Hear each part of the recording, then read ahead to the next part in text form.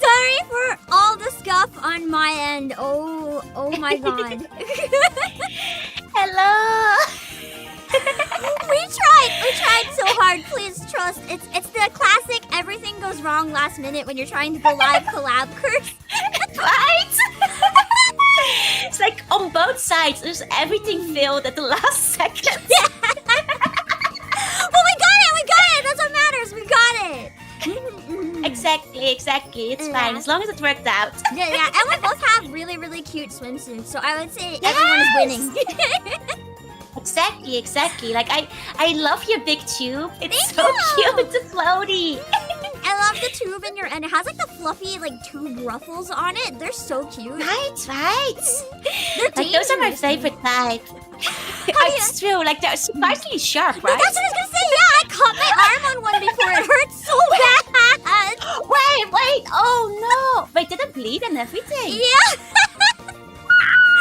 And I was like, I thought this was a safety device. Why are you hurting me? Also, yes, that is true. Hello, Kyle. We have to introduce ourselves real quick because there might be some new people here that aren't familiar. So, just real quick for me, hello, everybody who just came in. I am the CEO of PlayAsia, Obake PAM.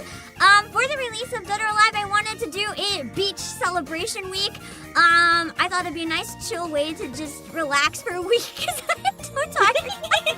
And yeah, we have a lot of special guests this week, and this is our first lovely guest. Do you want to introduce yourself to everyone here?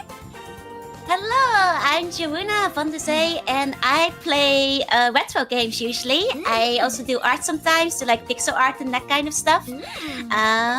I live in Japan, so this is 4 a.m. for me. So if I sound like a little bit sleepy, then please forgive me. It's okay. The pool is waking me up. Like the water's so nice and fresh. So. Also, I forgot to put it anywhere on stream, but just a heads up, I will be getting to super chats and stuff at the end, or at least when guests aren't here, because I don't want to interrupt. So if I don't think any right away, please, I'm not ignoring, okay? Thank you. I appreciate it, though, but yeah. Attention will be on the guests while they're here. Oh, 1 second.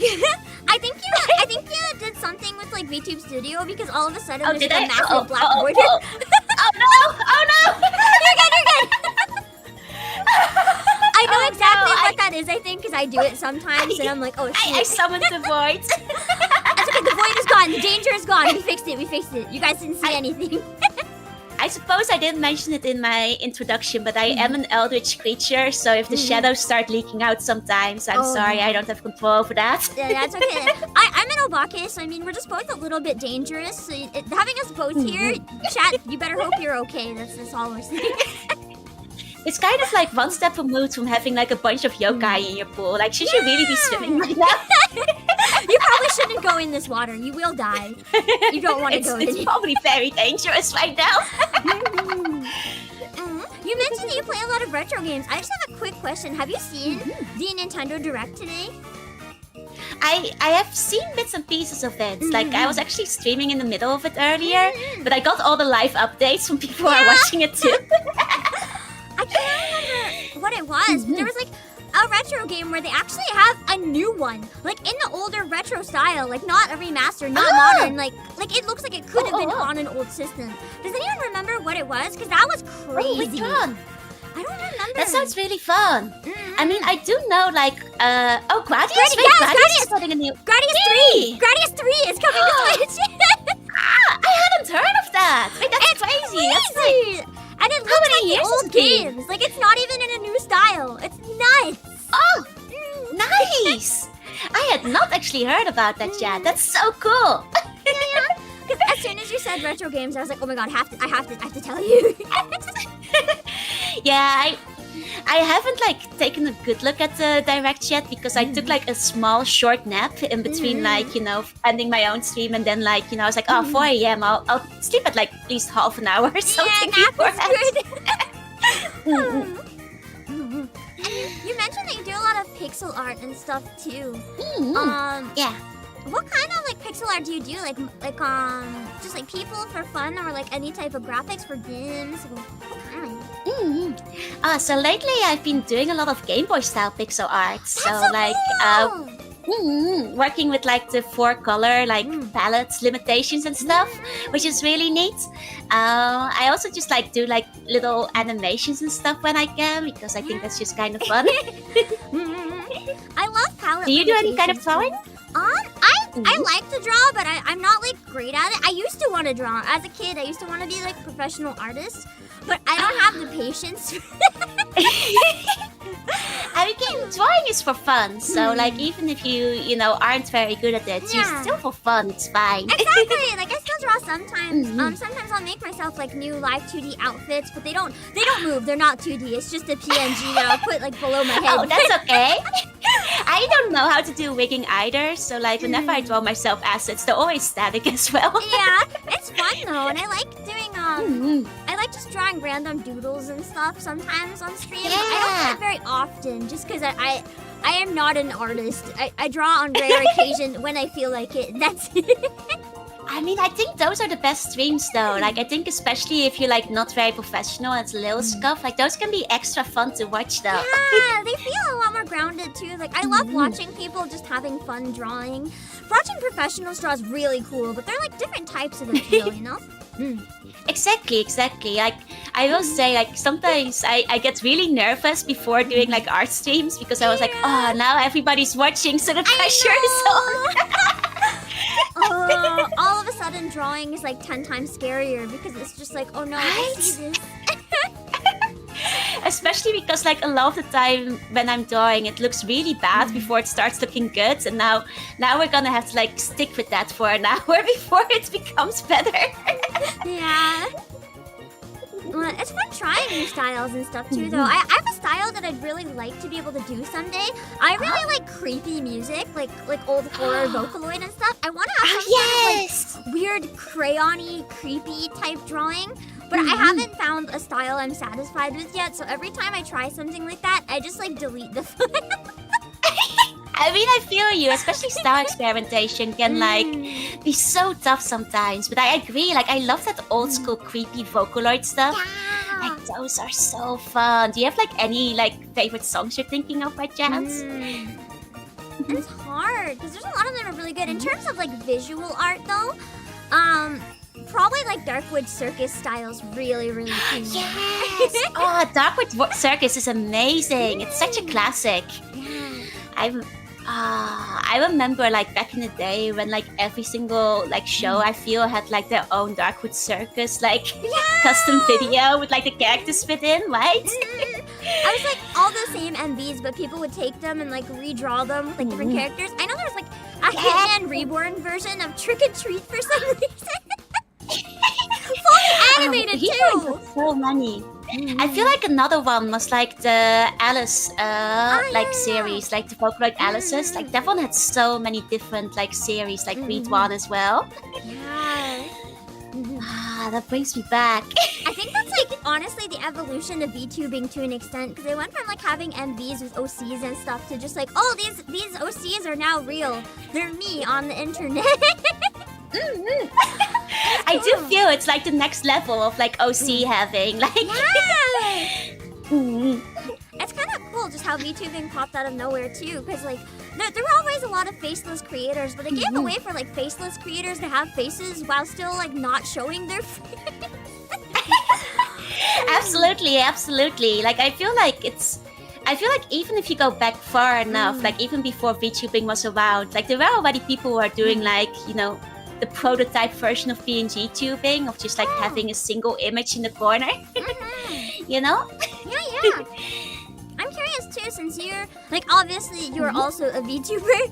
What was it that really like drew you to get into VTubing and stuff? Because I love asking people that. It's so fascinating.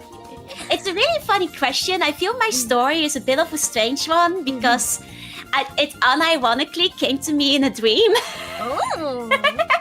It was a prophecy. It was the prophecy. I witnessed the prophecy. So I already liked VTubers, and I had been watching VTubers and stuff. And then one night, I had a dream that I was a VTuber. And then I woke up, and it happened to be a national holiday in Japan. And I was like, I can just like, you know, draw out the design I saw in my dream. And then I was, and then I realized like there's this is funny like 3D program. This was like 4 years ago, you know, and I had heard that this was like, you know, free and stuff. And I was like, I'll just make the V word. I'd never made one before. So in like a 12, 14 hour, like, you know, haze, I just like made my model. I had too. It's really, really fun. Like people, it's actually a really good program. It's wonderful that it's free. Yeah, it's fantastic. Like it's upgraded a lot in recent times. It's a lot more user friendly now too. But yeah, and then at that point I had actually recently upgraded from one laptop to another, and I was like, I could probably try streaming with this. And that's how I became a VTuber. Nice! Fellow laptop streamer, I like it. I mostly use a desktop, but I do sometimes stream from laptop. People are like, you can't do that. And I'm like, try me. Oh, you absolutely can. I streamed from laptop only for, I think, 3 years. Before I upgraded really to well. a desktop. You just have to be careful with like what you stream. Yeah. And like be okay with very little screen real estate and like just like putting everything in small windows. Yeah. That's the one downside of it, because whenever I travel, I'll use my laptop, but sometimes having everything fit in the screen is like, oh my god, it's impossible. Right. Like sometimes I look back at my old laptop because now I have like quite a nice big monitor, and I wonder how I used to do it with like my tiny laptop screen. The benefit with like a giant monitor too is if you can get a really big resolution, you can almost use it like multiple monitors as long as you make the windows small enough. If it's like 4K monitor. It definitely became a bit easier. Before I moved to a desktop, I got a second monitor at some point, and that made the laptop screens a lot easier. Yeah, I can imagine. Because the other thing is, no matter what your resolution is, when it's on the laptop, like it has to be small enough to be portable. So you're trying to like look at it, but also the screen is like so tiny and so down low because it's not like on a monitor stand. It's just on the desk. Well, I just on the go with a laptop. Right? It's very nice. I haven't had the chance to do it since I upgraded, but I feel like, you know, if I ever go like travel back home to my mom and stuff, I've liked the option that I will be able to stream from the laptop if it comes down to it. Yeah, exactly. That's why I think laptops are a lot more like beneficial, I guess, especially when you're starting out than people think. They're like, oh, I need a PC. It's like, well, actually not really. Right away, there's even apps on phones you can use and stuff. You don't really need anything other than what you have to get started. Yeah. Like a couple of the really big like Japanese apps have like come to like, you know, international markets now too. Yeah, so theoretically you could just stream from the phone if you want to, if you just want to get started. And I've seen like, I know Iridium has been coming over. I haven't been able to like try it or use it, but it's been exciting because I know that's a really big one in Japan for a lot of people too. Oh, it's massive. Like I was surprised for a while. Like I was actually really surprised it like came over like from Japan because it's actually a really big platform over here. Like oh wow. Yeah, like if you like look on like Japanese marketplaces for like commissions and stuff, a lot of people specifically do like Arium style models because I'm actually not sure how it works on the international version, but the Japanese version like kind of rigs your model for you from a PNG or something like that. So like you can actually just get started with a PNG on there, and it will have like, you know, basic blinking and talking and movement features and that kind of stuff, which is very neat. It's like a very low barrier to entry. Yeah, it's kind of like a filter or something. So you can use a PNG, but then you can still have it have like the bare minimum movement. Like I know you can have models on it as well, but that's a really easy way for people who like can't afford that. Because especially now, the standard with models, like the startup cost is nuts. Right? Like don't get me wrong, are getting more expensive. Deserve it, but like that's the price of like a cheap car sometimes. Like sometimes not even a cheap car. And I'm like, I'm sorry, but I'm so lucky that I'm corpo because I look at it and I'm like, I can't do that. I feel happy that like I paid for my models like, you know, several years ago. Yeah. Both in terms of general prices and also in terms of the yen, which is awfully weak right now. So no, that must make it a bit rough though if you do travel like or anything. Because like comparing it, it's good from my perspective, like buying stuff from Japan, but for anyone else, it's probably a pretty rough time trying to buy international. It is. I just buy everything from Japan now and just think if I really need it, if I want to buy something off eBay or whatever. Yeah. But I do encourage everybody, come visit Japan right now. It's I want to so bad. Please help boost the economy. Come visit. I used to live in Japan actually, but it's been a long time since I've been able to go, and I'm always just like, I want to visit. You should visit, you know. As the CEO of Play Asia, it's a business trip. You have to do your market research. I really want to visit while I'm a VTuber at some point, because it'd be really fun to talk about the trip on stream and stuff. It'd just be really exciting. Yeah, exactly. I think it would be just fun in general. There's so much you can do. The main thing is the food. I want the food, all of it. Which kind of food would you be most looking forward to? I was really bad at eating way too much ramen because it was cheap and really good. And also, I live near Ikebukuro, which has really good ramen. It has some really good place in Ikebukuro. That's true. There's one, I don't know if you've ever seen it, but it's in the train station. I always tell this because it makes me laugh. There's a restaurant literally called Ikemen, and it's noodles. Wait, really? I have not seen that restaurant before. The pun made me laugh so hard that I just went in, and then I went a lot. Were those noodles very handsome? Oh, they were some handsome noodles. They were delicious. Delicious and handsome noodles. The best type. Yeah, I was winning. The station though is terrible, so I wouldn't be surprised if you never see it. I don't like Ikebukuro, Shibuya, and Shinjuku. They scare me a lot.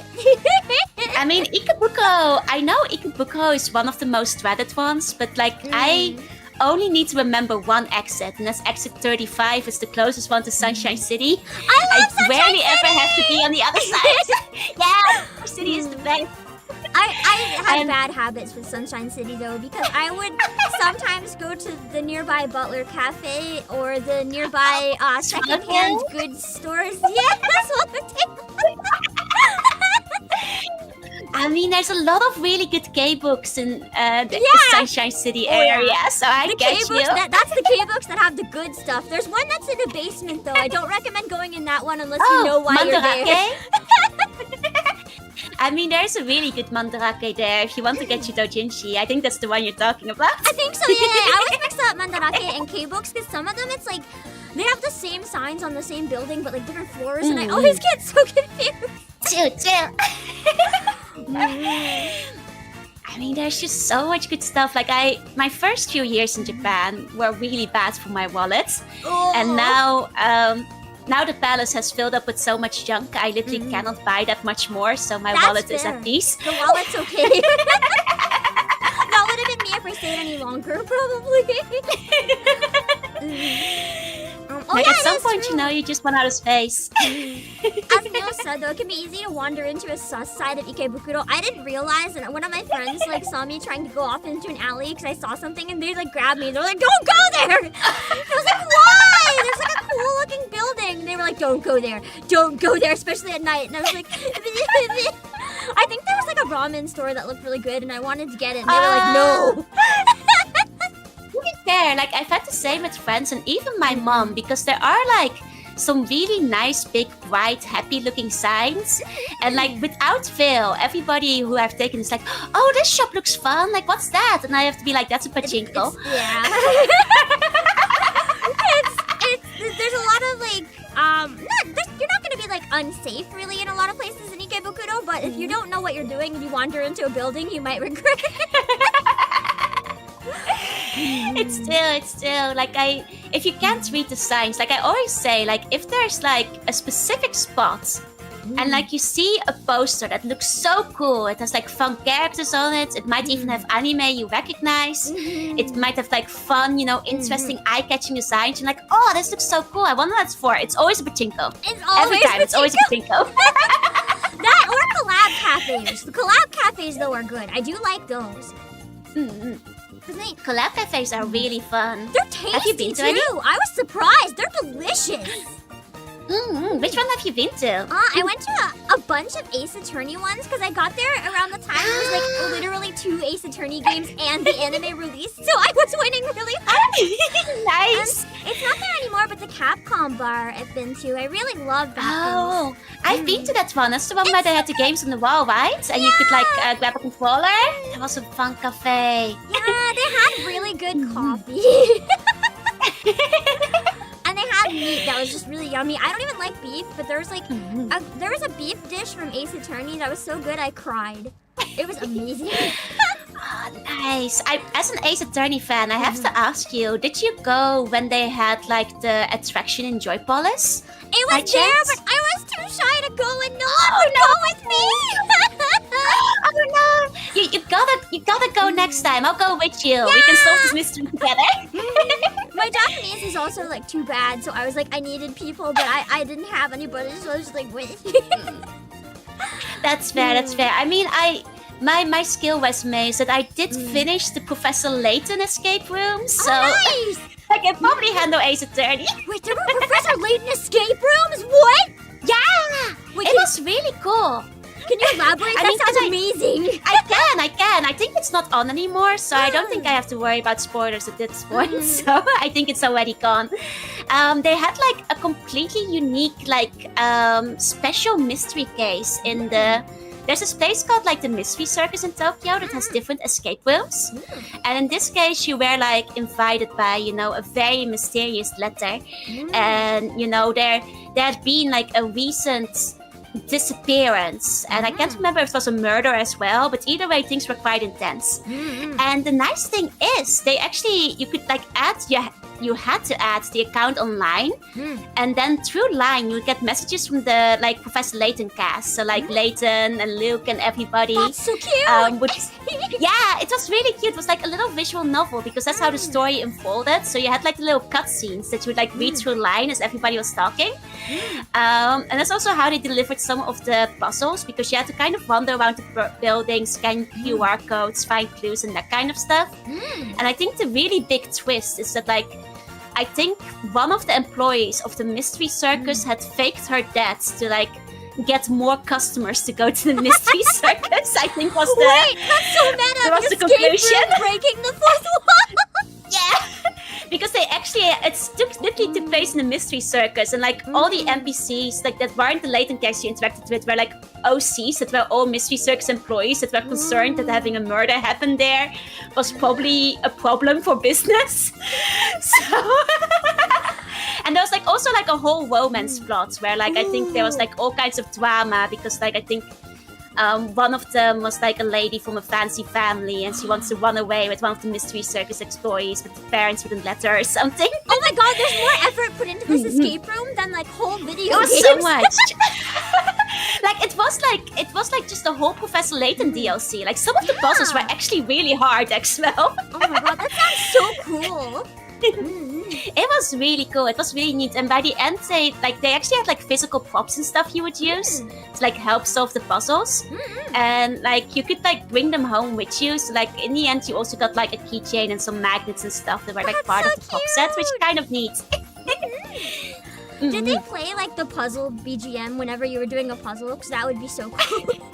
That would be so much better, but unfortunately not. The puzzles kind of took place across the reception area of Mystery Circus. So there's like a couple of floors, and you kind of were walking between the floors where also other people were, going about their day, doing like the regular escape rooms, like signing up at the reception and stuff, and like going to the shop and like finding the clues in there. So it was really immersive because you are investigating the Mystery Circus. Yeah, it sounds when like really all fun. the other customers are around. I love that. I'm glad That's you told me very about fun. it. I have to like look it up later, try to get like some sneaky pictures and stuff if I can find it. If you want, like I can like show you, like I'll take some screenshots of the line messages because I'm pretty sure like I still have that entire conversation saved. Yeah, that's So you can get a bit of an so idea. cool. It was so neat. It was so neat. What was like the coolest collab type cafe thing you've been to? It could be like a cafe or like an exhibit or store. Okay, so this was like, I think it was like a special setup in the bar. It was for the Thunderbirds. And it was really cool. Like, I'm not sure, Thunderbirds is a little bit old. Have you ever watched it by chance? I haven't, but I've heard of it. So like, I think this was like not a regular cafe, but like just the bar owner loved Thunderbirds so much that they managed to get permission to like theme their whole bar after it. And they had like, the decoration was crazy. They had like, you know, see-through plaques on the ceiling where you had like the, you know, various like vehicles like flying overhead and stuff. It was so cool. That is so cool. Makes me wonder how they pulled some of it off, honestly. Right? And then like, it was kind of fun. Like, it's a silly small extra detail, but on the ladies' room, they also like styled it like the inside of the Rolls Royce that they have in the show, Oh, wow, which I that's thought so was a very neat extra detail. Yeah.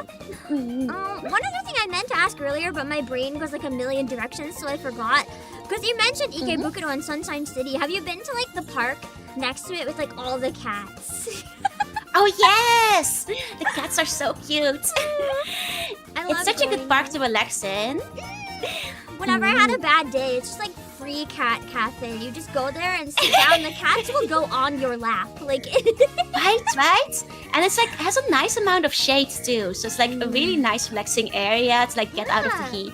It's really cool and relaxing because there's a lot of concrete that's shady, and actually you go in, it's like multiple degrees cooler. It's actually so good. Right? It's so much better. It's like, depending on the time, it can sometimes get a little bit crowded in there, but most of the time it's not too bad. Yeah, it's usually pretty empty when I went, but I tended to go at like really, really weird times of day, like 11 p.m. Stuff like that. Honestly, that's probably the best time of day to go because that's when there's not too many people around anymore. It's also the worst time though, because then you have to catch the last train, which is not a good time. Chill. God, it gets so crowded the later you wait at night for the trains. Like, I think, like, most of the places, like, if you want to, this is my advice to anybody who comes to Japan and wants to go shopping in, like, Ikebukuro or Akihabara, go, like, right when the shops open. Yeah, right when because, they open, like, or towards the very end. The middle of the day, like, no. Exactly. Like, weekdays are the best because weekends are inevitably gonna be kind of busy. Yeah. But even then, right when they open, you are usually still fine to, like, not have too many crowds. Yeah, people don't wake up early so much. Like, I've noticed unless they have to, people just kind of don't. So, yeah. when it comes to going like, places, at least. To be fair, we were talking about this earlier, and like neither of us like waking up early, so I kind of get it. Yeah, we're both night owls. We were talking about when we wake up, and it's like not before noon. No, if it's up to me, like I'll sleep into like 1 p.m. every day if I have the choice. I would probably like literally just sleep until I die if I didn't have an alarm. Like I would never get out of bed. I'd be starving, and I'd be like, nah, sleep can fix it. It's true. And the thing is, like, I'm not sure if you agree, but you know, like that moment after you've woken up the first time is the best time to go back to sleep. No, it is. Because when you go to bed at night, it's like I have an existential crisis. I'm like, oh my god, there's so many things I need to do. I can't go to bed. But then when I wake up, I'm like, a bed comfy. Right. I'm so glad you understood what I meant immediately, and I wasn't just a crazy person saying that. The best time to sleep is always when you're not supposed to, 100%. Exactly. In the morning, you still have like the sleepy haze, so it's easy to get back to sleep. It's very easy to fall asleep again. And also, it's like I feel it's easier to like manipulate your dreams if you want to do like some lucid dreaming. It's the easiest to do it in the morning. Yeah. You go back to sleep, and it's like exactly what you're still thinking about. It's great. You can like have the best dreams ever. You can like hop into the game you want to play or like do whatever you want.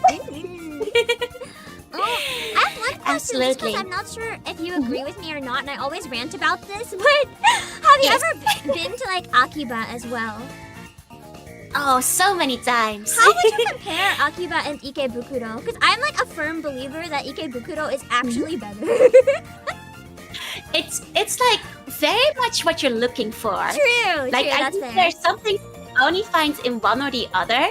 But I will say, for a lot of people who are just casually visiting Japan, you are more likely to find what you're looking for in Ikebukuro than Akihabara for a better price. Akiba's probably like a little bit more niche. Like you have to know where to go and what you're looking for. But they have probably more obscure things. Absolutely. And like more Akiba idol-centric. has like Idol and Moe is Akiba. Go to Akiba.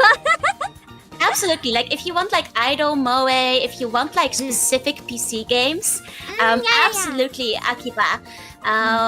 But I will also say like try to dodge some of the stores that are super close to the station because they tend to be very pricey compared to like really go explore like they're the very shops much that are like like in the predatory side to streets. tourists is how I feel. Like when I was in Akiba, I kind of felt like they were just like trying to take advantage of people who didn't know any better. Like there's like a really big difference between like, you know, the figures you find immediately upon like leaving the station and the ones you'll find if you go digging a little bit deeper. For the same figure even. And if you really want to go like digging for figures and find really obscure ones, Nakano Broadway. Oh yes, Nakano Broadway is amazing. It also has like, I feel Nakano Broadway is really good if you're into tokusatsu. If you're a fan of like old shows or tokusatsu, like that is the place to go because like, I'll be honest, neither Akiba or Ikebukuro, like if you're looking for old stuff, I mean you might get lucky. There are second-hand stores. But if you're looking for certain old stuff, it can be hard. It can be hard. Especially pre-2000s. Like pre-2000s, you definitely want to go to Nakano Broadway. You'll find like 2000s-ish older stuff in Ikebukuro and Akiba if you look hard enough, but not really like before that. Yeah, exactly. And I guess the one thing for Ikebukuro is like if you're like just into like a lot of popular anime, like Shonen Jump and stuff. Me. You're absolutely better off in Ikebukuro. There's like so many more options than Akihabara in that case. It was just my preferences too, because when I was there, the second-hand stores in Ikebukuro had a huge amount of like Cardcaptor Sakura and Ace Attorney, so I was like living the life. Yeah, actually, like Ikebukuro, like these days, it also has like VTuber specialty shops and such. So if you want to get your VTuber stuff, even more reason I need to go back. Then again, Akihabara, like I'm not sure if you've ever been to the Kotobukiya store that they have in Akihabara. I think so, yeah. A while back, it's like 5 floors, and the top 2 were like converted to like VTubing only. Like there's so much VTuber merch now in the Kotobukiya. I would want to like browse and just try to find like people I know and be like in my head, be like I know their life, and like buy it and take a picture and be like I found you. I do the same. Like I'll be browsing, I'm like, oh, I know that. And while you're in the store the whole time, just be like, hey, they don't know I'm a VTuber. That's how I am all the time. Like, actually, fun fact, I work, of course, at the Eldritch Slug office. But Eldritch Slug office is located in Japan, which means that, like, inevitably, like, sometimes co-workers will know what VTubers are. And then I'll be talking to a co-worker. And, like, they'll be, like, in the big Teams group chat. And they'll be like, hey, you guys, does anybody know about VTubers? If any of you watch VTubers? And I'm like... No, I bought the VTuber. Never heard of it before. Yeah, what's a VTuber? I think it's because of my voice type. I've had a number of people from school once in a while like come up to me and be like, hey, do you know like VTubers? And I'm just like, what do you mean VTuber? And they're just like, oh, I think you could be a good VTuber. And I'm like, me like hyperventilating, trying to figure out, are they fishing or do they just think I'd be a good VTuber? Do they know? Like, I never know what to say. I'm just like, oh, that's nice, thanks. Yeah, no, same. I'm like, oh wow, what's a VTuber? It's like, what else do you say? I usually just like tab out of like the conversation. I'm like, oh no, I'm not. I can't, you know, what if I drop the facade? Like, what if they see right through me? I can't join in on this one. If it's like a group conversation, just casually check your phone, not pay attention, be like, I didn't hear you, sorry. And then they look at your phone and see VTube Studio. And it's like, no, I thought it looked fun. It was pink. I doubt it. It's I downloaded it because it was pink for the aesthetic. What's it do? It's to look pretty on your lock screen. Definitely. Exactly. It's like a Haribo, right? It's a lock definitely. screen decoration, just for the Haribo. Yeah. Exactly. It's like, like you have really cute little hair clips. You have like the Play Asia hair clips. It's like that, basically. Yeah, but like digital. Yeah. Oh, for science is also a good reason. You know, you want to play around with like the default cat models and stuff. Yeah. Oh, It's yeah. Like, Fishy Face Jan, like the VTube Jan, like just the default model. Yeah, it's just like you just thought it'd be fun to like become anime for 5 minutes and you forgot to delete it. Definitely. Exactly. It's that easy. It's the ultimate excuse. Nope. I did actually run into a situation where at some point a coworker was like, "Hey, does anybody have like experience with OBS? I want to set something up." And I was like, "Do I help them?" And in the end, I did, but I was just like, don't ask questions, but this is what you do. Like, I will help, but you will not ask how I have this information or what? Just make them sign an NDA to get your help. Exactly. It's like, you do not ask where I got the arcane knowledge from, but I can help you with OBS, yes. Nice. What do you find like the most challenging part of OBS? I hate OBS. It always breaks. It's evil. It's the fact that it always breaks is the most challenging part. Like the thing that like gets me the most is like when it randomly does not capture a source for a game or doesn't capture the audio when it was like a second ago, and then like you have to just like keep re-entering it till it like works again, and it's just so a annoying. mystery. It doesn't even make sense. Wait, I saw something recently. I think Girl DM posted it. About the exit button in OBS. Have you ever used it? No, never. But I did see that post. And I did try it, and it still gave me the crash afterwards. Okay, I always have the crash, but I haven't had a chance to try the exit button to see if it fixes it. So we'll see if I still get the crash.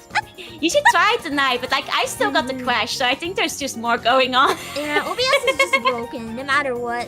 Why would you have two exit buttons? Like, why one in the corner and why an exit button? Like, just make the one in the corner work for an exit button. Like, why?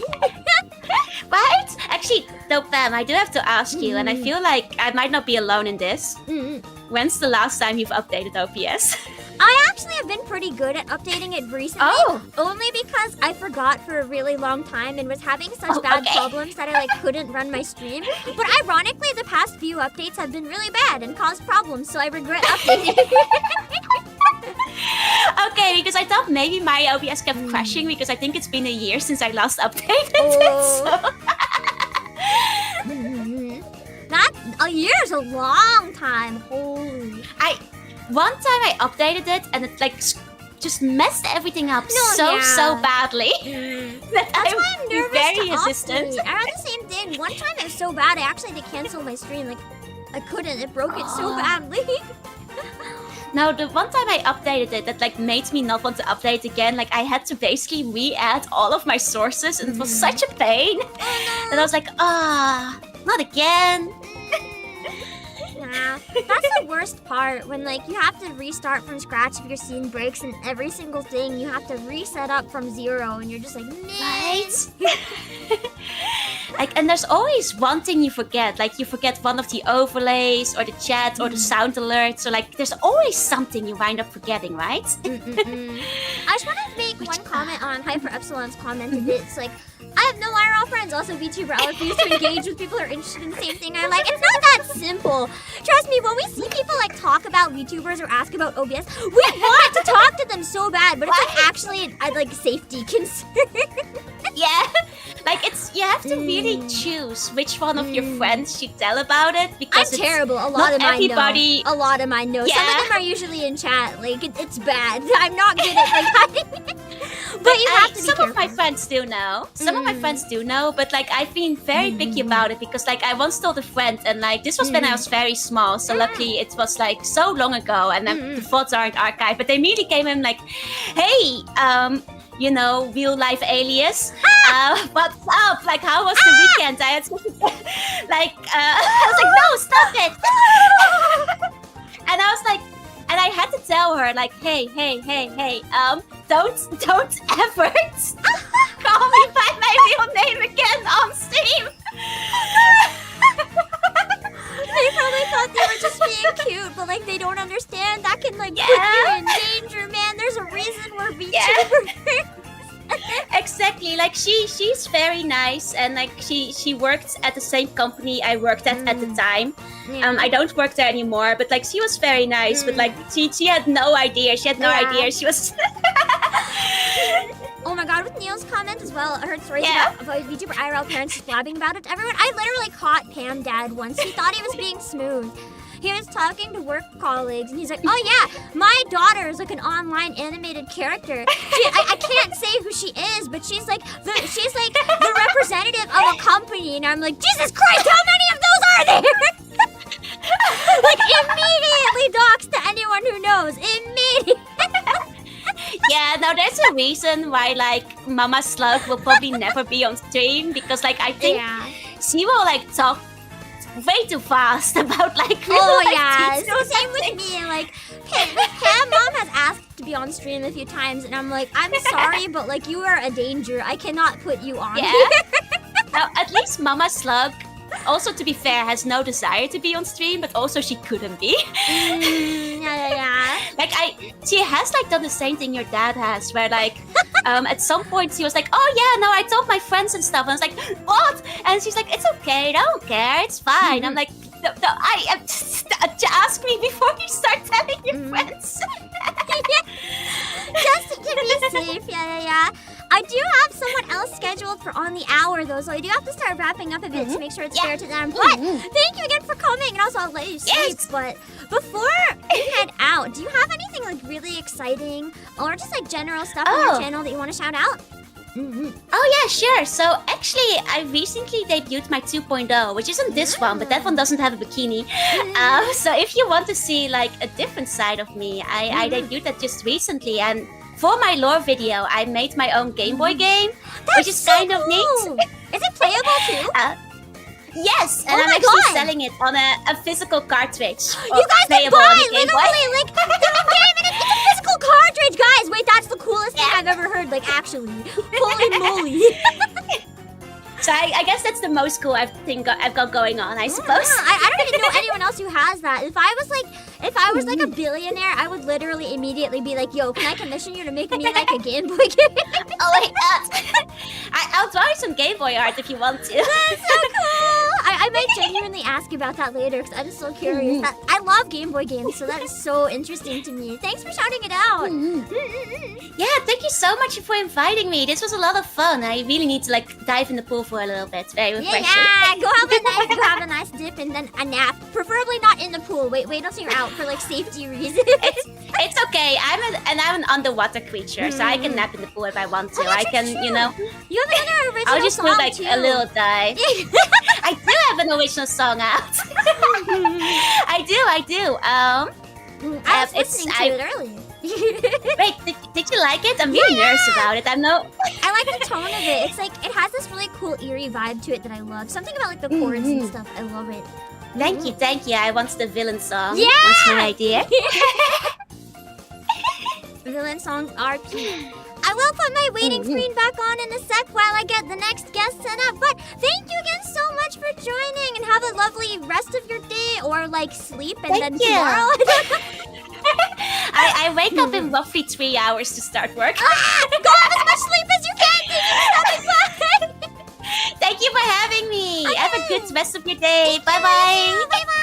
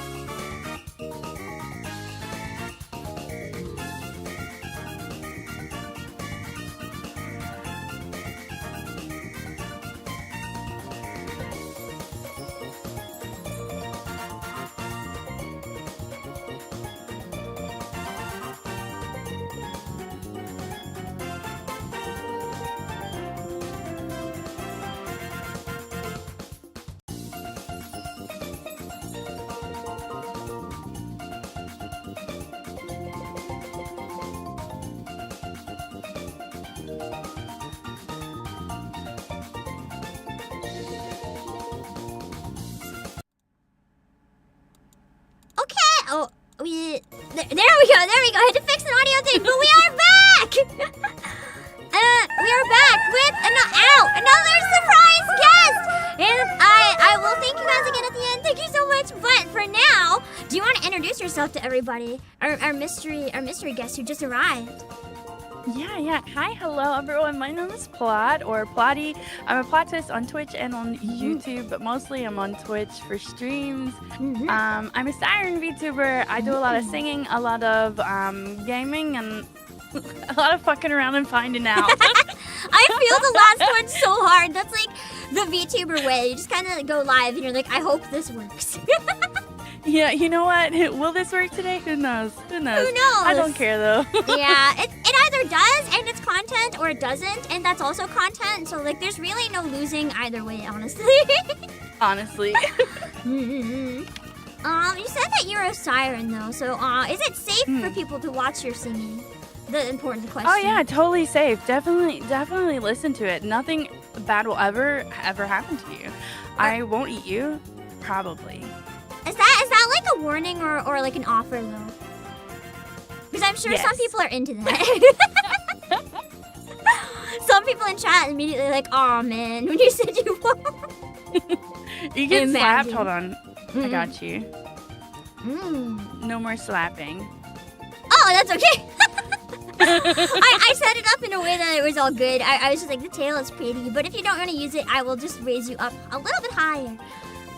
Yeah, that way you don't get smacked in the face. The tail goes hard sometimes. It's cool, but like if you get really excited and it goes faster, then it might kind of hurt a little bit. It does. When I get excited, it just goes crazy. It just starts whipping back and forth, and I can't control it. I'm so sorry. That's okay. I can kind of understand. I don't have a tail, but if I did, I feel like it would probably be like that constantly. Just the adrenaline when you're streaming is always like your heart rate is crazy. Exactly. Streaming is like the biggest buff and debuff all in one, because it's like it's just everything is happening so fast and in front of people that it's like it's nerve-wracking in a good way and a bad way. Just everything. Yeah. Everything's just happening live, so you're just like you just kind of have to go with it. This is totally on purpose. We'll edit this out later. Yeah. I know you said you mainly stream on Twitch, but I know you've done some streams on YouTube as well. I'm like the exact opposite, where I do stream on Twitch, but I'm a YouTube main. How do you find the difference between the two? I'm just curious what other people think. I'm trying to get you. So I've just recently started streaming on YouTube on one night a week, because I was like, I really need to build this. So here's how we're just gonna take it slow and like dip our toes in. I'm still super confused by YouTube streaming. That's me with Twitch. Every time I talk to my YouTube streaming friends, they're like, it's so much easier. And I'm like, is it though? I would say it's harder, but I like it better. Because like the VODs are already on YouTube after, but you have to set up a waiting room and like tags. And yeah, that's another thing. Like I can just kind of just like do whatever I want on Twitch. Like if I decide randomly, I'm going to go live right now, I can just go live right now. Yeah. Whereas every time I set up a new waiting room, everybody's like, okay, we're here. And I'm like, it's in like an hour, guys. Stop it. Yeah. The other thing too with YouTube is that you always have to like post a new link. And if your stream dies, then you have to put a new link instead of the same link, and you lose everybody because they can't find your stream. Yeah, well, and that makes it easier with Twitch. It's all in the same place. That is one thing. But I don't know. I've been kind of enjoying it. I've been using it because like my audience is not nearly as like even like a third on YouTube. So whenever I stream on YouTube, it's kind of like I have like more chill nights. And with Twitch, there's a lot of like interaction with like channel points and stuff. Yeah. And I have a lot of that set up. So whenever I get to go over to YouTube, it's like even if I'm not being cozy, it almost feels cozy. Yeah, because you don't have the chaos. Nobody's throwing stuff on me. no one's like yeeting me into space, like stuff like that. So it's been a nice little break. I've been enjoying it though. It's been a new thing. I think we've done it like 3 times. Nice. Experimenting is always good. Yeah. The one thing I do really like better about Twitch though is that you can kind of do like whatever you want. Whereas on YouTube, if you have one stream and you like switch games or whatever, the thumbnail and title, like people click it and then they leave instantly because the algorithm like hates anything that's not exactly what the thumbnail is. Oh gosh. See, I've also been really bad about, I need to do better about thumbnails for my live. I have like one thumbnail. It's like, here's a live thumbnail. I'm just gonna reuse it. I wish! That's the one thing with YouTube. It's like you're at the mercy of the algorithm. You need like different everything, and it's like, this is so much extra work. Like, I don't want to. I don't wanna. I think in general, I don't know. We're getting used to it. On Twitch, I'm curious if, like, does it matter too much if you switch around your content a lot? Because I know on YouTube, it tends to, like, do better if you stick to one type of content. Like, if you do anything outside of it, it really, like, hurts the channel. I'm variety, Twitch so it's rough. doesn't have an algorithm, really. So, like, any pushing, that's the one thing about Twitch. Whereas YouTube, like, it has an algorithm. It can push you out. With Twitch, there is no algorithm, so you're just kind of at the mercy of how much work you're putting in everywhere else. So, like, I have to promo myself in 12 different places to get people to my Twitch stream, right? I can switch it around, but, like, if I build my audience based on a single thing in a single game, then that's what my audience is going to want to see because they're used to me doing that. So I have, like, to stay variety, I have to stay variety because I used to stream just Sea of Thieves. I was a competitive Sea of Thieves player. Oh, nice! That's actually so cool! And that's kind of where everything started for me. And then whenever I was like close to partner numbers, and I was like, hey guys, I can't play this game anymore. Yeah, I think that's one thing and people everything don't realize. just kind of tanked for a while. Yeah, it's like if you specialize in one game, it will help you grow quite easily. But like the burnout is so real. That's why I try not to limit myself, even if it hurts, because like you can't just do the same thing. Even if you love it, you will hate it. You will learn to hate it. You will. There was a lot of factors that made that hated for me, but I just kind of, I don't know, like with Twitch you have to, like, it's like there is no algorithm that can help you out really. So you just kind of like, you have to rely on like Twitter, TikTok, YouTube, Instagram, everything you can possibly post stuff to, you have to do that for Twitch. So that's kind of the downside there. Like I can switch it up all day on Twitch. Like if I'm like, oh well, I'm kind of bored playing Valorant, so I'm gonna go play I don't know, whatever. Like I can do that. I can switch games 12 times a stream as long as my community doesn't care, and they usually don't. But I have to work extra hard off stream. To get people there. I think that's one thing a lot of people don't realize too, like how much work everyone, regardless of platform, has to put in off stream just to like keep things alive. It's a lot more than people think. Oh, it's so much. It's so much all the time. And then I also, like, I work full-time and I stream full-time hours. How are you alive? Well, barely. Someday. We have to get you to like 1 million subscribers so that you don't have to do the full-time anymore. What's crazy is I own my own business, so I will never not work too. That's true though. Owning your own business can be good. I won't ask about it obviously because that's like personal, but it's rewarding and challenging. So that's really cool. Yeah. I don't mind talking about it a little bit. I work in publishing, so nice. Which my community knows is kind of where the name comes from. That's really cool. I didn't even know the name tied into that. That's actually really fascinating. The true plot twist is that you make the plot twist. Have you ever wanted to like make some sort of book about like your VTuber character and publish it like as merch, like a novel? I don't know, maybe like a manga. I don't know, maybe better. like I do like.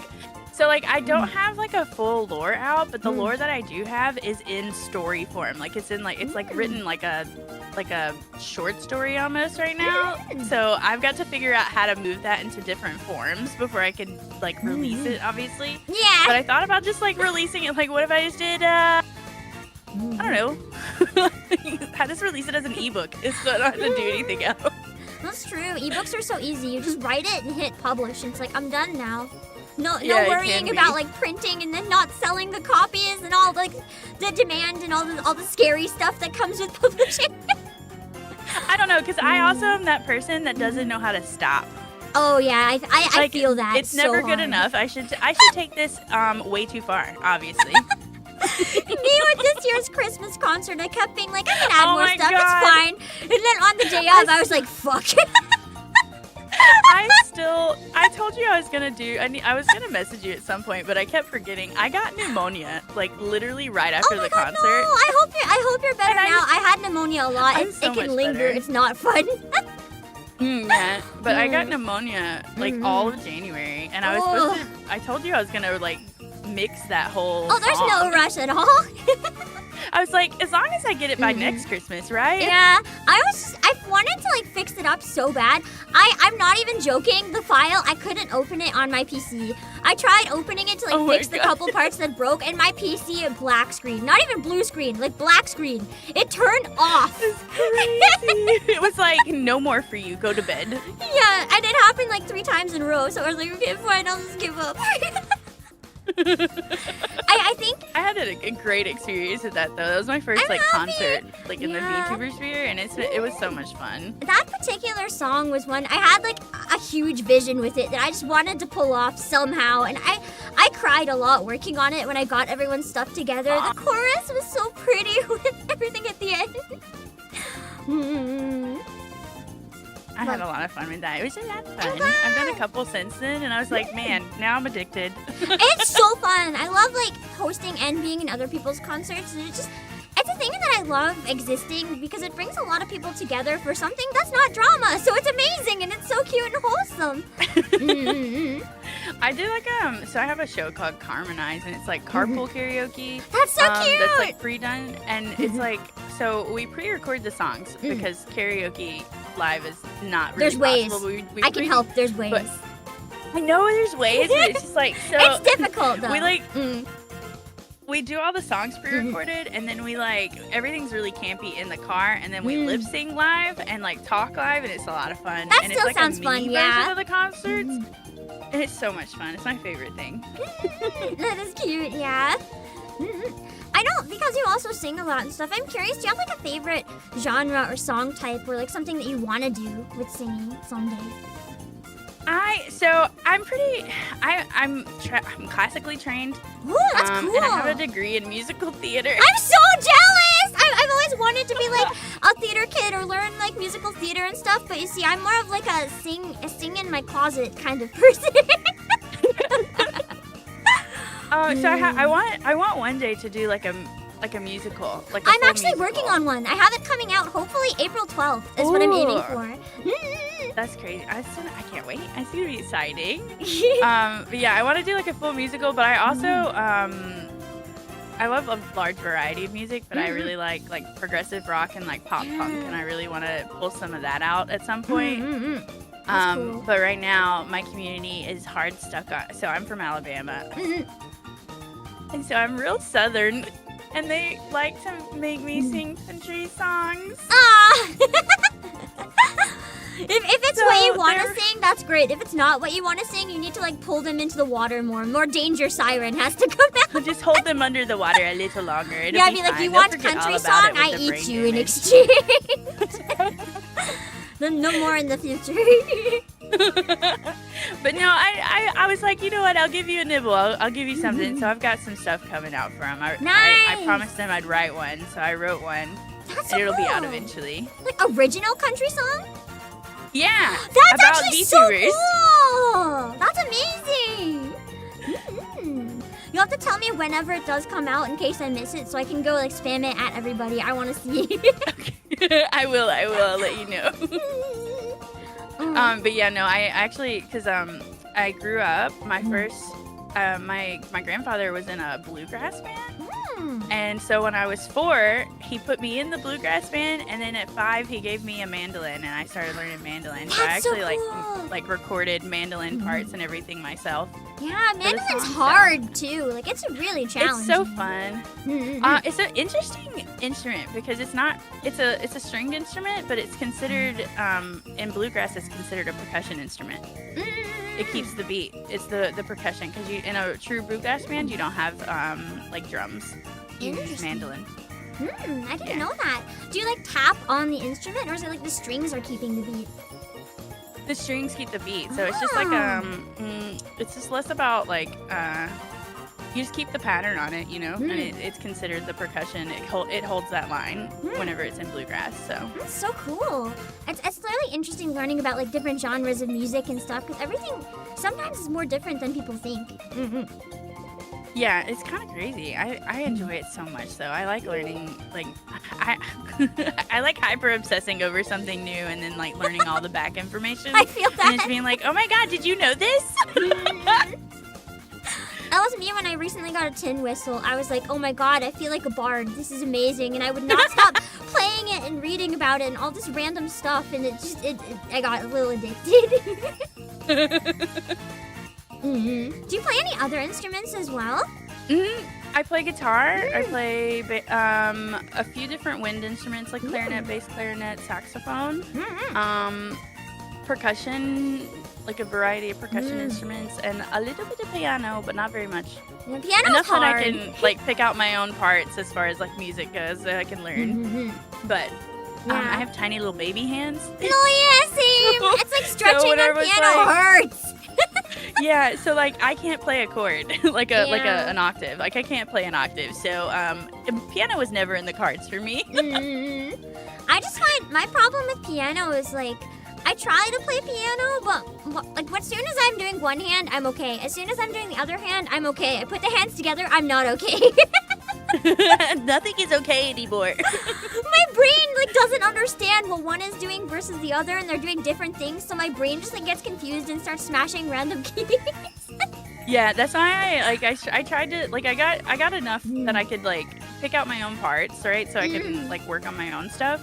Yeah. Like learning parts for songs and things like that. But outside of that, I was like, this isn't working. I want a different instrument. And I was like, okay, let's go back to strings then. And so I picked up my guitar, and now here I am. You mentioned musical theater too. Out of curiosity, do you have like a musical that you would want to do on stream, assuming the license was possible, or like a dream musical that you'd ever want to be in? It can even be fake if it's like something you'd want to turn into a musical. All of them. I don't know. I think that I really like if I wanted to do one like a start out one. I think 6 would be a lot of fun with VTubers. Interesting. And something that would be easy enough to do in a VTuber like flat space. Do you know what I mean? Yeah. Like moving that from a stage to being on a stream, right? Yeah. Where we're anime girls. I think 6 would really do well. If I had every single thing in the world Legally Blonde the musical. No, it'd be so cool. I actually have been wanting to see that one because I saw the movie for the first time recently. It was so stupid. You can watch I loved the entire it. thing. You can watch the entire thing on YouTube with the original Broadway cast. I'm gonna have to do that. Thank you for this knowledge. Yeah.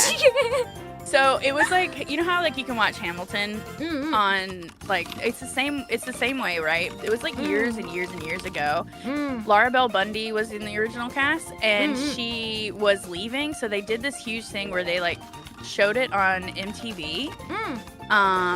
And it was like for a week, like Thanksgiving week, and then they had like a reality TV show of like picking the next like Elle Woods or whatever, and they had like a reality TV show with all these girls or whatever, and then you can still watch it. You can still watch it completely on YouTube right now. Yeah.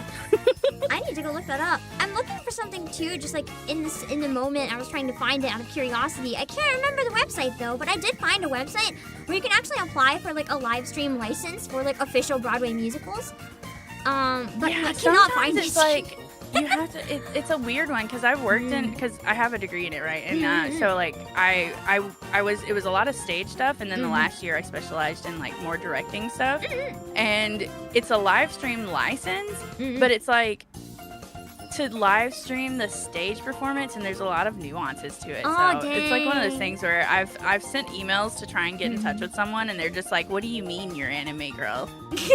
What is it? Yeah. they're just completely confused by it. And I'm like, okay, I'm gonna come back to this.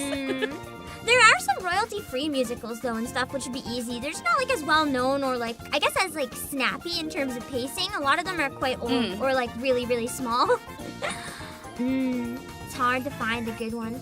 There is one that I've been like eyeing it's my dream to do for a stream eventually. It's not the one I'm working on. But there's a fan-made Ace Attorney musical, and I really want to try Ooh. someday to get like a cast to do that. Yeah.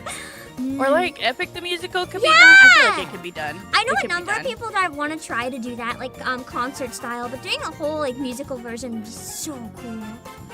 It would have to probably be like selections kill though, for because it. that is long. Yeah. Well, there's not any like it's all just song right now, so it could be literally just It could be just concert. style. Yeah. just concert style. Yeah. Mm-hmm. I feel like we would have to like recast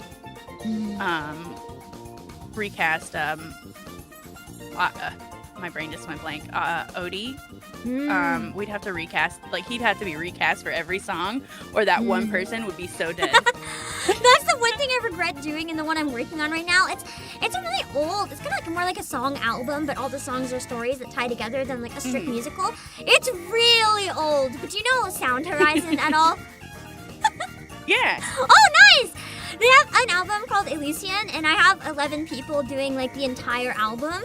But for 2 of the roles, I didn't think to split them, so those people are in every song, and I feel really bad. No, I'm sure that they enjoyed it though. So I'm excited. Yeah, it's been really cool and really, really challenging, but it's been nice. There are a lot of songs too though that have like fan-made instrumentals. So if it's a musical that doesn't have like dialogue in between and you use fan-made instrumentals, it's probably like in a gray area where it's okay. yeah. But it's hard. Licensing it for musicals is really complicated. Yeah, it really is. It's so difficult. Especially like actual Broadway ones too, because it's expensive too. Like the minimum fee, even for one performance, is like in the 4 digits. Like, Yeah, it starts like for something like I think the first one I ever did was like a 1 act. And it was like you have to tell them like your size of your audience, and that's how they kind of base it, how many nights you're doing it and the size of your audience. And it was like a really small stage with like less than 50 people, and we were doing it for 3 nights, and it cost me $3,000 just for the licensing. Holy moly, 3,000 for a For small 1 act. audience for 1 act? Yeah.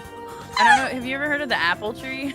I think It's that just a sounds 1 familiar actually. I don't know where I've heard of It had Alan Alda in it, the guy Oh. from MASH. It was in the original cast. It's really funny. But it had it's just like a little like 1 act like 1 hour like piece. And it cost me $3,000. I was like, oh god. Luckily, it was like the school funded it because I was like, that's thank good. God. That's good. I just imagine you paying out of pocket, and my heart was like dying. For It was you. my entire budget. So like everything else, all stage stuff, all like costumes, everything. I had to figure that out. Yeah. Oh, that's so painful. But that's just how you have to get rich. You have to like write and publish a VTuber musical and then license it and be like, okay, $3,000 per stream. Yeah. Then you'll be living, and then you can have money for your own musical. It'll be great. Right. Everyone wins. Right, exactly. But yeah, no, I think 6 because there's like it's like 6 women, right? Okay. And What is so it? I Because think I'm that not familiar with it, so I'm kind of 6 curious. it's the story of like Henry VIII's wives. Oh. And it's like a rock ballad style, and love it's rock really nice. It's also set up like on stage. It's like a concert almost. There's like, so it's like there's like it looks like a concert with these girls or whatever, and they're telling that story, their stories, it's so good. The music is fantastic, and it's just I feel like it could do really well. Really, Yeah. really well. It sounds like it too, especially if it's like just the 6 wives and stuff. That's like absolutely perfect for VTubers. Yeah, exactly. You don't need too many people. I don't think it's too long from the sounds of it, and it's very easy to organize. Yeah, that's what I was saying. Like, if I had to do one, like, if I had a choice of, like, doing one tomorrow, I'd be like, oh, okay, I want 6. I like how your choice is actually like well thought out and reasonable instead of like the most haven't thought crazy about this like too much. million person. I haven't thought about this too much. Don't worry. Also, I think about it every day. Thank you so much for the raid. I appreciate it. Thank you. Let me give you a shout out real quick. Do you want to introduce yourself again real quick for any raiders who just came in and might not be familiar? Yeah.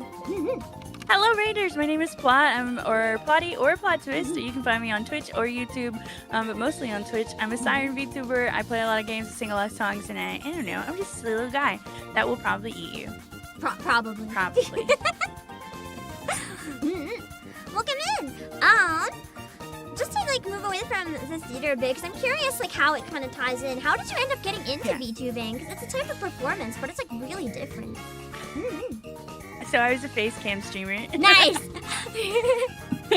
I was like skipping streams because I was just like tired. I didn't want to brush my hair or anything. I didn't want to look nice. And I was like, man, I saw this thing where I could like create my own, because I liked watching VTubers, but I was like, man, I'm broke. Oh my god, So, I feel that. Like, if I was not corpo, I would not be a VTuber. Those things are expensive.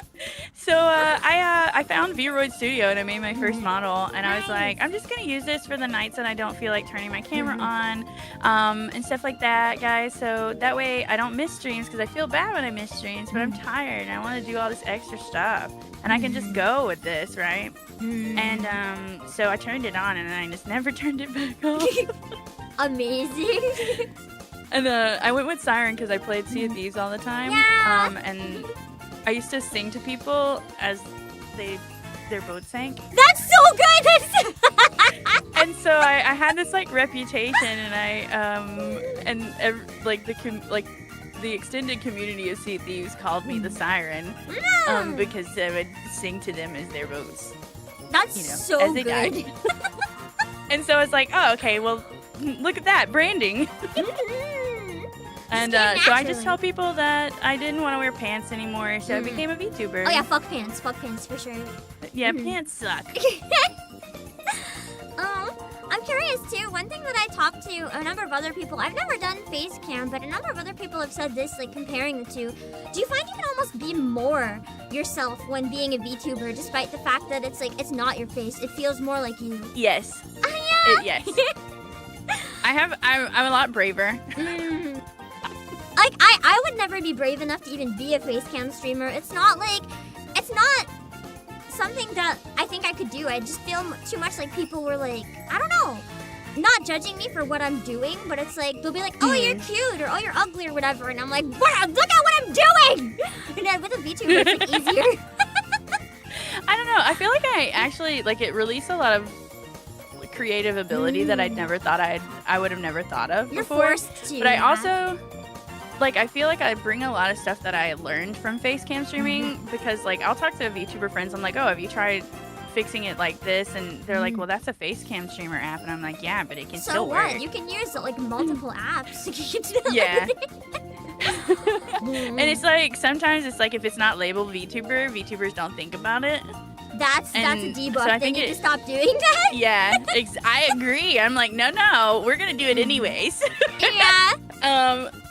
So I feel like I have some strengths that I pulled from my time as a face streamer before. But I'm a lot braver, and I feel like it gives me a lot more creativity, and I can do a lot more fun things that I was never able to do before as a face cam streamer. So yeah, it's easier too, I find, to have some degree of like separation, because then it's like it's your streams and your real life. When they overlap too much, it's kind of like overwhelming, and you don't really feel like you're ever having a break. Yeah, I agree. Not that I take breaks. Oh, true. We are really bad at taking breaks. Like VTubers and breaks, those are two words that don't go together. It's actually bad. Well, when your job is so fun. That's the problem. We literally get addicted to work. It's not that we feel pressured to work. It's like people are like, please take a break. And we're like, I don't wanna. I don't wanna, actually. Sorry. Yeah. It's something I'm trying really hard to work on. I have this strict rule with myself where I'll take like one day a week where no matter what, I will not log in, I will not go on my computer. And the entire day I'm like sulking because all I want to do is go on my computer. One day a week where I'm like, I will not do anything VTubing, but I still end up playing games with people and like ending up accidentally in a collab. It's like, I will not stream on purpose, asterisk. I will not stream, but I didn't say I wouldn't be on someone else's. Yeah, that's technically not you doing the act of streaming. You're on a stream. They're two different things. Different verbs. I'm just playing games with my friends. So I know you say you don't really do like Sea of Thieves anymore, but do you have like a new favorite game that you're really into right now? Rust. So I run a VTuber only Rust server, and there's like 200 of us. Oh my god, that's crazy. Oh, Pam, do you like Rust? I've watched someone play it, but I have not played it. So can be kind of scary on public servers. And I like it a lot because what Sea of Thieves had was VoIP, where you can like talk in game to people and you can talk to strangers. And I found that in Rust whenever I go, but public servers are kind of toxic.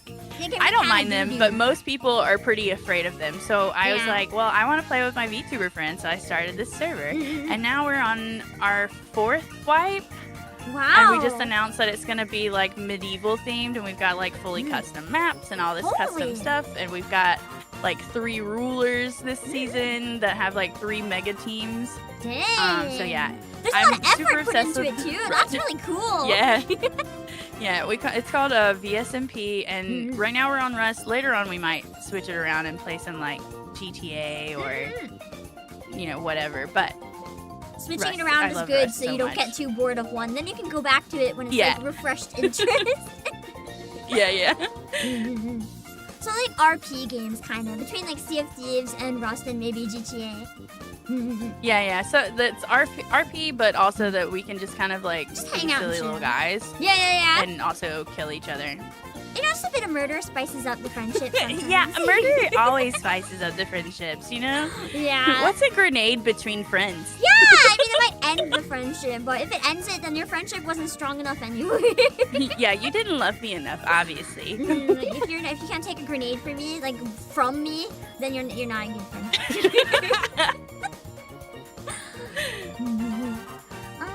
Do you have any game that you want to try that you've never tried before, just out of curiosity? I love asking people like different stuff.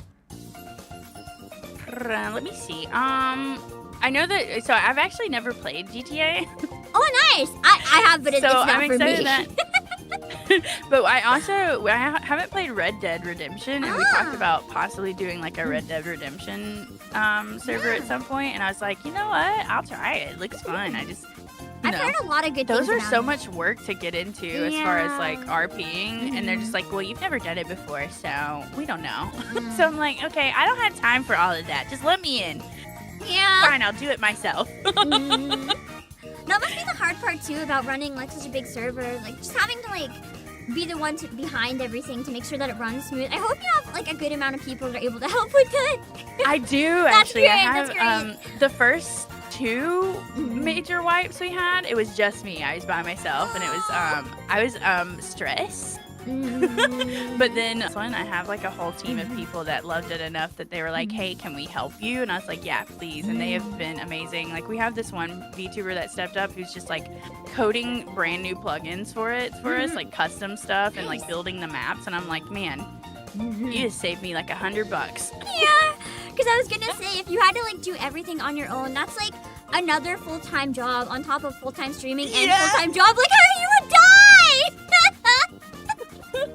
Well, we do like a month on, and then after that we take a month off, and we just kind of like all hang out together still. And then so we have time to like plan for the next one. But even that, like, it was getting to the point where a month wouldn't even been time for me to do it. It was rough. But I have help now, and they're so fantastic and wonderful, and I love them all so much. Is it your month on or your month off right now?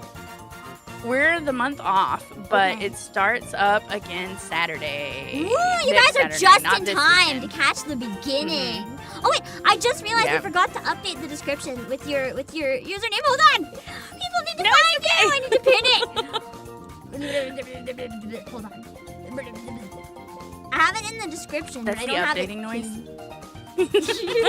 Yeah, that's the the updating chat noise. It's fine. Just beaming it straight into your brains. Yeah. Make sure you guys don't miss it. The noise is to catch you off guard. That way you're paying attention enough to look at chat and be like, what's she talking about? And then you see the link. There we go. Whew, me sweats nervously, realizing I forgot it. Dang. But it is fixed. It has been remedied. But yeah, no, I'm excited about it. We're excited. It's gonna be very RP based this time. So it's just like 3 giant kingdoms fighting for the one ruler.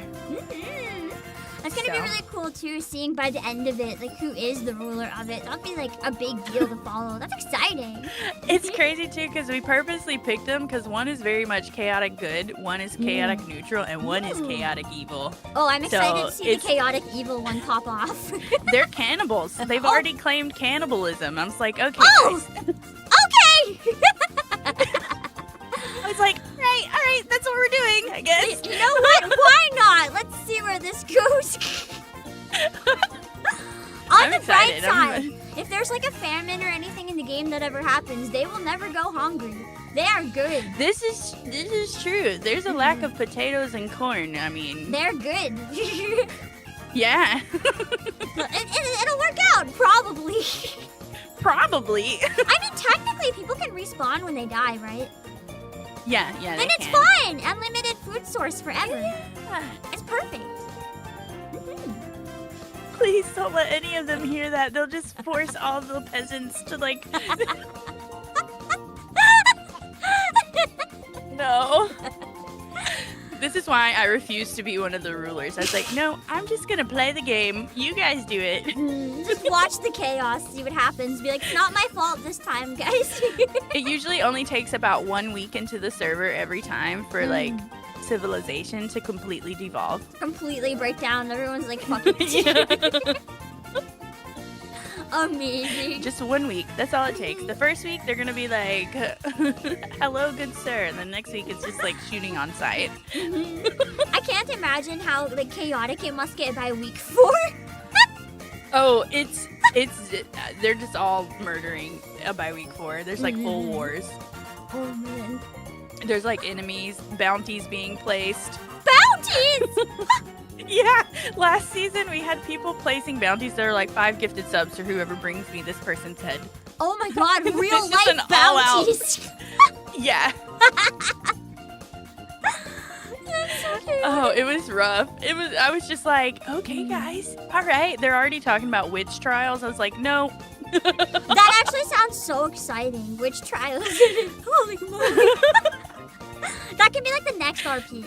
You just need like a medieval RP game. Well, I guess this one is medieval themed because you get custom Yeah, it does. stuff. It is. It has like a full, like the first 2 weeks will be full medieval, and they won't have guns. They won't have bombs and stuff like that. They'll just have like horses and siege weapons and lances and swords. Nice. Let's hope there's like no witch VTubers involved. They might not stand a chance if the trials end up starting. Oh no. But yeah, no, I'm excited for it. I'm really excited. Nervous because I still have a lot of work to do, but excited. You got it. You got it. It's gonna be great. Have you ever played like are there any like single player games that you're really into as well on stream, or is it RP kind of like your thing? I like I play mostly like first person shooters. Oh nice. I'm but so bad I at also those. really like I'm not the best, but I really enjoy them. I like the adrenaline, I think. I like but watching I like people. puzzle games.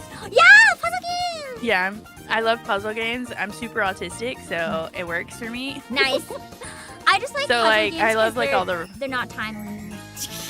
Yeah. So I like all the like Resident Evil games, and then I like anything that has a story with like puzzles and stuff. I've got to figure out throughout it. I'm starting The Last of Us finally soon. Nice. I'm also really big into like all the Final Fantasy games. Do you play 14 though? I have. So here's the Have problem. is fair. I played recently for the first time, and I got like through the story enough that I could like travel around. But the minute I like saw something shiny and got distracted by another game, I was no. like, I got lost. Yeah. But also, everybody's so overwhelmingly nice in 14 that I was like I would just be like out like grinding something, and there'd be like a group of people watching me, like, and it's like friends, and they're just like, oh, look at her, she's doing stuff. I'm like, if you guys don't stop, I swear to God. So I was don't like, mind you know that, what? but I'm I gonna can take a see break. why people might. I was so overwhelmed. I was like, I just wanted to grind a little bit, guys. Can I just fish? Can I just kill these little like I don't know. Come on. Just let me. It's hard after all the like murder RP, you know? You're not used to the people being Yeah. nice. I was like, you guys are too nice. What are you doing? Shoot me. Yeah. I think that would actually be really fun if it added like PvP outside of the PvP area. I'm a jerk. Like if my viewers were mean, I would just kill them in game on the spot. Yeah, no, they just, I don't know. It was just like they were all, it was overwhelmingly nice to the point where I was just like, okay, I need a break from it. And then I kind of haven't gone back. I still pay for it though. Oh, it's been no, like you 8 didn't months. even get the trial. You're paying for it? No. I got to the point where I needed to pay for it, and so I did. Okay. That's fair. I'm But, really slow, so I still haven't gotten to the point where I have to pay. I've been playing 3 years. I'm still in the free trial. Oh no! See, I like the speedrun stuff. I really wanted to be a bard. That's fair. And Playing so as they were bard like, is oh, well, fun. you've got to finish this. You got to finish this first. I'm like, all right, bet. 1 week, give me that. So I don't know, like I enjoyed it, but I got distracted, and now I'm like overwhelmed to try to get back into it. It's also but I like, really like, long, yeah. So it's kind of like a hard one to get into. I think MMOs are just really difficult for me in general because spicy brain. Yeah, I find they can be pretty hit and miss. Like I always wanted to play one. My compromise, I usually play like once a week or so, because I know if I gave more of myself to it, like I wouldn't be doing anything else, and I don't want any one thing to like take over. Right. That is also the problem. I get real attached to things. But no, I enjoy it. But I like the just like the Final Fantasy story games, specifically 7. Yeah, I really 7 want to play and 7. 10. And 10 is also really nice. Ooh. I don't know much about 10. What is like the general vibe of it? Tropical. Oh, that one! I know the music. I know which one it is now. Immediately, my brain is like, yeah. oh. And then there's like the scene of the girl of what's her name when in the water, like when she's like, spinning around in the water. Song Yeah, is so that's her. That's 10. beautiful. It has beautiful songs. So yeah, no, I like 10 a lot. 10 is beautiful, but 7 is my heart. Nice. 7. I remember the first time I played it on PlayStation, and I stole it from my best friend's brother. Oh no. And it was like in like multiple discs. And I was like, ooh. But yeah, Blitzball is in Final Fantasy X, yeah. That's a lot of fun. But I like shooters a lot. Like I started with like Halo. Nice. So, yeah, and that's how it also works with like Rust, and then Yeah. I play a lot of Rivals. And people I aren't played friendly a in lot of shooters, so you're Overwatch. winning. They'll just shoot you. Yeah. Yeah, that's mostly what I play, but I think right now I'm just kind of like playing a lot of Repo. Yeah, I've been curious about it because I keep seeing people play it. It's been such a busy week. I have not been able to even look at it, but I keep seeing like I go on Twitch and everyone I follow is playing, and I'm like, dang, it must be good. It's so fun. It's so goofy. It's so goofy, and just like you can't not have a good time. So if you like Lethal, it's like a goofier version of Lethal, but I kind of like it more. So kind of like almost a cross between Lethal and Content Warning in terms of like the tone, at least. Yeah. Yeah, definitely. That's pretty close. And then like it has like physics. So when you pick up an item, if you accidentally bump it into a wall, it knocks off the value of it. So you have to be like really careful, but everyone's just being goofy little guys, and then stuff scares you and you drop it and you're just like, Oh no! Oh no. I think I'd be the jerk that like ruins the value, because I would just like get stuff and keep chucking it at people, and they'd be like, "What are you doing?" And I'd be like, "Hee." I'm the one that just doesn't pay attention, and someone will say like my name, they'll be like Plot, and I'll turn around and smack a plate into the wall. I'm like, oh. Like, I don't think we can sell this now, sorry. It's like broken. My bad. Sorry, guys. How do you find it I compares absolutely- to like the other two games? Just out of curiosity, what makes it different? I like it a lot more just because it takes itself a little less seriously, and like it doesn't like it's still got the scary like jump scare elements and stuff, but that like keeps your adrenaline going. But in general, it's just like it's so funny. Like it's just like joyful. I think it gives me a lot of joy right now. That makes me Just, really like, want to, to try like, it at play some it with point, people. because I feel like That's the one thing I didn't like so much about Leaf, though. Like, it was silly and it was fun, but the color scheme and the tone and stuff just kind of felt a little too serious for me at times. So, like, really depended on who you're playing with more than anything. Yeah. Like, you cannot play this game without it being goofy the whole time. That's good. If you need someone to play with, let me know. I will teach you the ropes. It's a lot of fun, though. It's so much fun. If I end up having a time where I'm, like, less busy, I might end up being like, hey, can you help me? Yeah, I got you. Yeah, I'm taking, luckily, an easy week for myself right now, though, because it's a nice week to just, like, chat with people. Because when I always do my concerts and stuff, I don't actually talk to anybody. So it's like, I am just a loner in the corner. And this, I was like, I'm going to talk to people. It's scary, but I'm going to do it. You're doing great. Yay! But yeah, it's been really fun, and I appreciate that you were able to come and join as well. So thank you. Yeah. No, thank you for inviting me. It's been a lot of fun. Get to whip out the bikini and march. Yeah. Any excuse for me to have my swimsuit on stream, because mine's like really shiny, so I like to stare at the shiny. So I'm like, I need an excuse this time. It looks like you're the mermaid. Yeah, you look at it and you just like die. It's like alluring you into your death in the ocean. Death by flashbang. Yeah! Even better. All you hear is like, no! And you look at the flashbang, you're dead. Perfect. I will have to wrap up in a minute just because I have to go to the bathroom so bad before the next person. No, kick me out of here whenever you're ready. But before I do that really quickly, do you have any other like exciting streams or anything else that you want to promote to everybody while you're here so they have a reason to go and check you out? Sure, absolutely. So we've already talked about the VSMP Rust server. It'll be starting on April the 5th. I have a new cover coming out within the next couple of weeks, which I'll be posting about soon once I have a specific date for it. I have another original coming out within the next couple of months. And then I'll have an episode of Carmenize, which will be a VTuber carpool karaoke with Lady next month, but we haven't picked a date. But it'll be happening next month as well. So there's always something. There's always something. And then you guys can also find the original country song, which I'm still curious about. So you guys will have to keep an eye out. Yeah. Exciting. Okay, I think I'm going to like run and rush to the washroom so I can have my few minutes. But thank you again so much. I really appreciate it. No, thank you. I appreciate it too. Thank you so much. I hope you have a good rest of your day. You as well. Thank you. I will switch in. Thank you. Bye bye.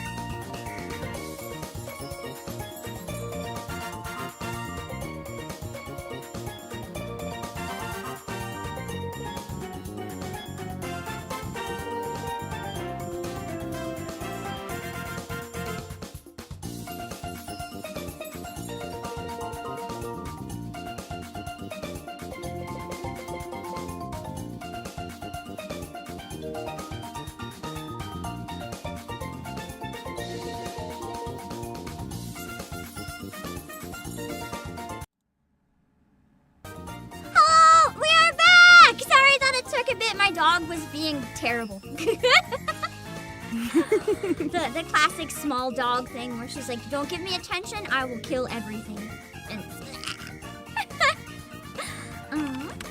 okay, we have a new guest brought on. Do you want to introduce yourself really quick to all the viewers here? Hi everyone, I'm Hitomi Hoshino. I'm known as a chaotic purple VTuber who's obsessed with vegan garlic mayonnaise. Despite not being vegan, but vegan mayonnaise in my opinion is better than normal mayonnaise. Okay, but this will not be a discussion, I'm just right. Thank you. I'm a weird person. I'm not vegan either, but some vegan food I actually genuinely like better. Like sausages, I will not eat a real sausage because I found the brand vegan ones that are so good. That's fair. My thing with mayo is that I don't like cold mayonnaise, but vegan mayonnaise doesn't have to be refrigerated. It can just be on a shelf. I just don't like mayonnaise, period. Okay, a collab ended. What is the vegan mayonnaise? I'm curious, like, what is in it? Well, they made it out of, like, soy and some, like, vegetable oil. That would make sense, yeah. It's so interesting just, like, hearing about different alternatives and stuff. Because even, like, I like to make weird stuff. Like, my favorite food to make is pizza, but I don't use cheese or tomato. So chat hates me. Whoa. I'm sorry, Cloud just started and I traumatized you. I do feel traumatized. Wait, but like, so what do you put on it? Because that just sounds like you're making it dry. Well, like, the sauce is made out of pure... I make it homemade, right? Like, there's a bunch of spices and oil in it and stuff. But the main base is just pumpkin and red pepper instead of tomato, because I hate tomatoes. Okay, that's fair enough. That's not that crazy. Okay. Yeah. And I don't like cheese, so I just shove on a bunch of fried onions. Fair enough. It I looks can't close really. enough. I can't agree with the not liking cheese, but like fried onions is good. They're so good. What's your take on pineapple on pizza? I gotta tried ask since it we're already here. once because chat made me. I didn't like it in this case, but I think it was situational because they told me to make it with like slow cooked chicken, but I put way too much chicken because I like meat, and it absorbed like all the moisture from the sauce, and it was just too dry. Yeah, that makes sense. What is your I always feeling? I like having pizza with like one sweet ingredient on it. So either like a pineapple or like sweet barbecue, or I've also had it like with mango or like Ooh, mango. peaches. That sounds interesting. Yeah. Yeah, it was actually interesting because I got it at like Pizza Hut does these like all you can eat things, but you get like random pizza slices. And they gave me this like chicken and mango one, and I was like, I mean, I already paid for the all you can eat, might as well try it. It actually kind of hits. Nice. I can't go to Pizza Hut. It's like too embarrassing anymore because last time I went, I literally, just for the memes, because like I don't like actual pizza, I went in and asked for the like nothing half beef just because I wanted to like, Oh my be a god. I liked it though because I like pizza dough.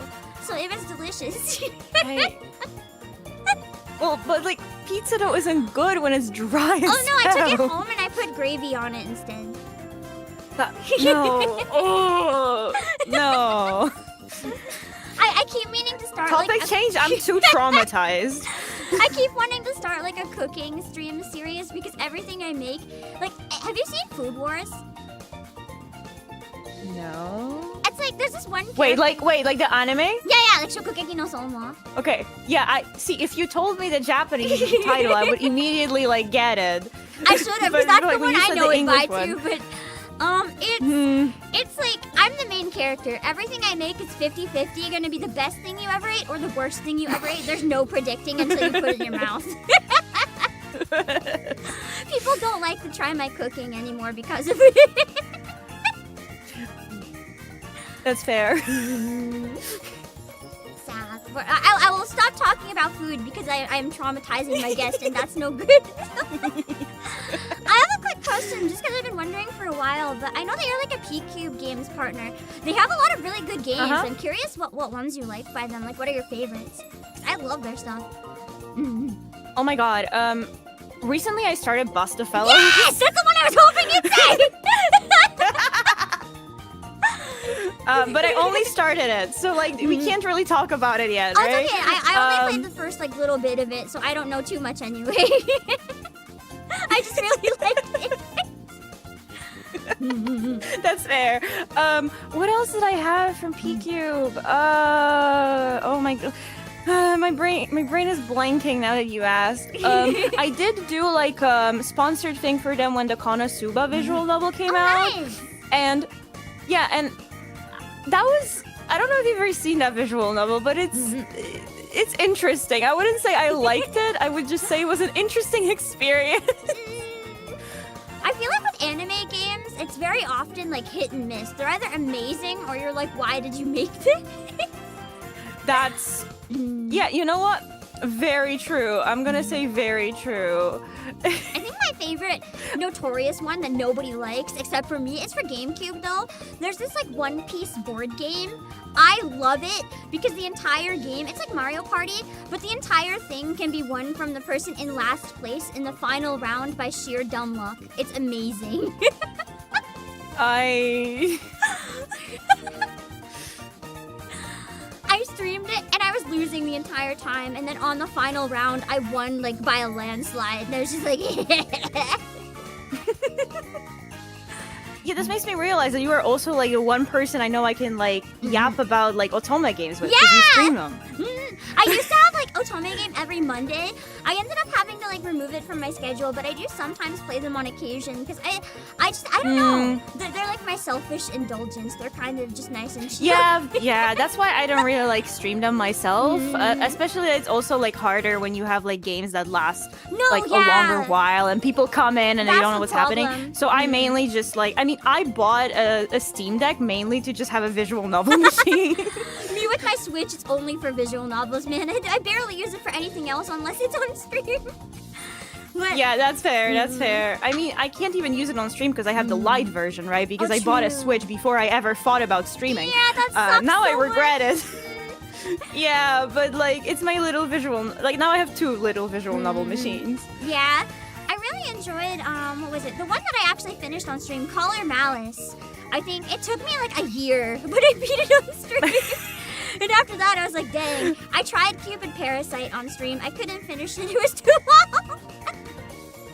Oh, I haven't heard of Cupid Parasite. Let me It's look that up. really good. The art's beautiful, and all the characters are like really sassy and weird. Because you're like, Oh, I've seen the art Yeah. before, yeah. you're like literally Cupid. It's so good. Yeah, Color Malice, I have it downloaded, but I haven't started it yet. It's on my list. Some of the CG in Cupid Parasite are really spicy too, like really spicy, like shower CG, like shower together CG. Okay, you don't have to sell it more, okay? It's good. I appreciate it. Yeah. The one I've been playing for right now that like I'm so fucking in love with is Virtue Evermore. I have it, but I haven't played it yet. It looks beautiful and so dark. It's so good. It's so beautiful, but like obviously it's not for everyone because it's more like darker themes and a little bit of like philosophical dilemmas kind of shit. That's but, like my type of thing. like, The darker, the better for Yeah, me. Yeah, exactly. Because I mean, I usually prefer the sort of like unusual stories because there's so many like otome games where it's just like the basic of like, oh, you get to date a cute dude and you go on dates and there's no like deeper story to it. So like Virtue is interesting in that it's like a whole like universe that they set up, right? And it's so good. And also the characters are pretty. That's one thing I liked to an extent. I have problems with like some of the writing and stuff in it and some of the ways it's like planned out. But that was one thing that I had appreciated to a degree about like Olympia Soiree. Just there was a huge amount of world building, but it was also really, really long prologue with like you didn't learn about the characters or love interests. It's just like lore dump for 7 hours, and it was like wow. I mean, yeah, Virtue does that too, because I think the actual like common route takes a few hours before you can actually like branch out. But it also is like it works a bit differently because like it also like locks you out of specific characters before you do others and things like that for lore reasons. No, yeah. I don't mind the lore though, as long as it's well done. I found the CG. I will send you a CG that I have sent people. Okay. I'll show it on Live on Hitomi screen reaction. Too. Don't worry, I'll show it on screen so you guys can see. Oh, okay. That's what sold me on the game. I was like, wow, I want this thing. You're selling it very well to me right now. Like I feel very convinced in this particular moment. This is the CG. I will hide it now. I didn't get to that point in the game, sadly, but you know, eventually I'll get there. It's fine. I'm curious about one thing, but speaking about otome games, have you played Love in Deep Space? Yes. How do you feel about it? Because I'm curious if anyone feels the same way I do about it. Oh god. Okay, so I actually argued about this a few days ago with someone because I said that I don't think Love in Deep Space has a good like story and lore. I think it's mainly Thank you. I'm so glad.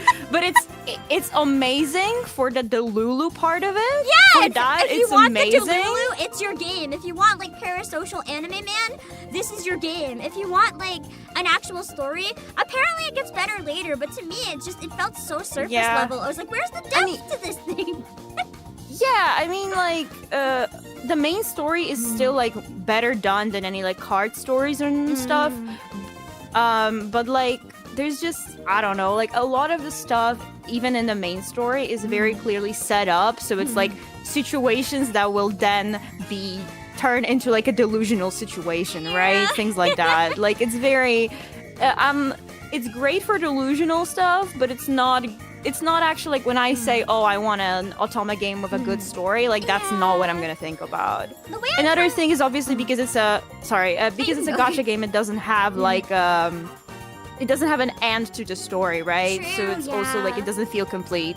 The way I kind of describe it to people how I feel about it versus like other visual novels and otome games, it kind of felt to me like a very surface level. Like they just looked up like what do women like and tried to put this into characters, and then the whole game revolves around them dating you. But it's like for me, I really want a world where the characters also exist on their own. I don't want their entire purpose to be me.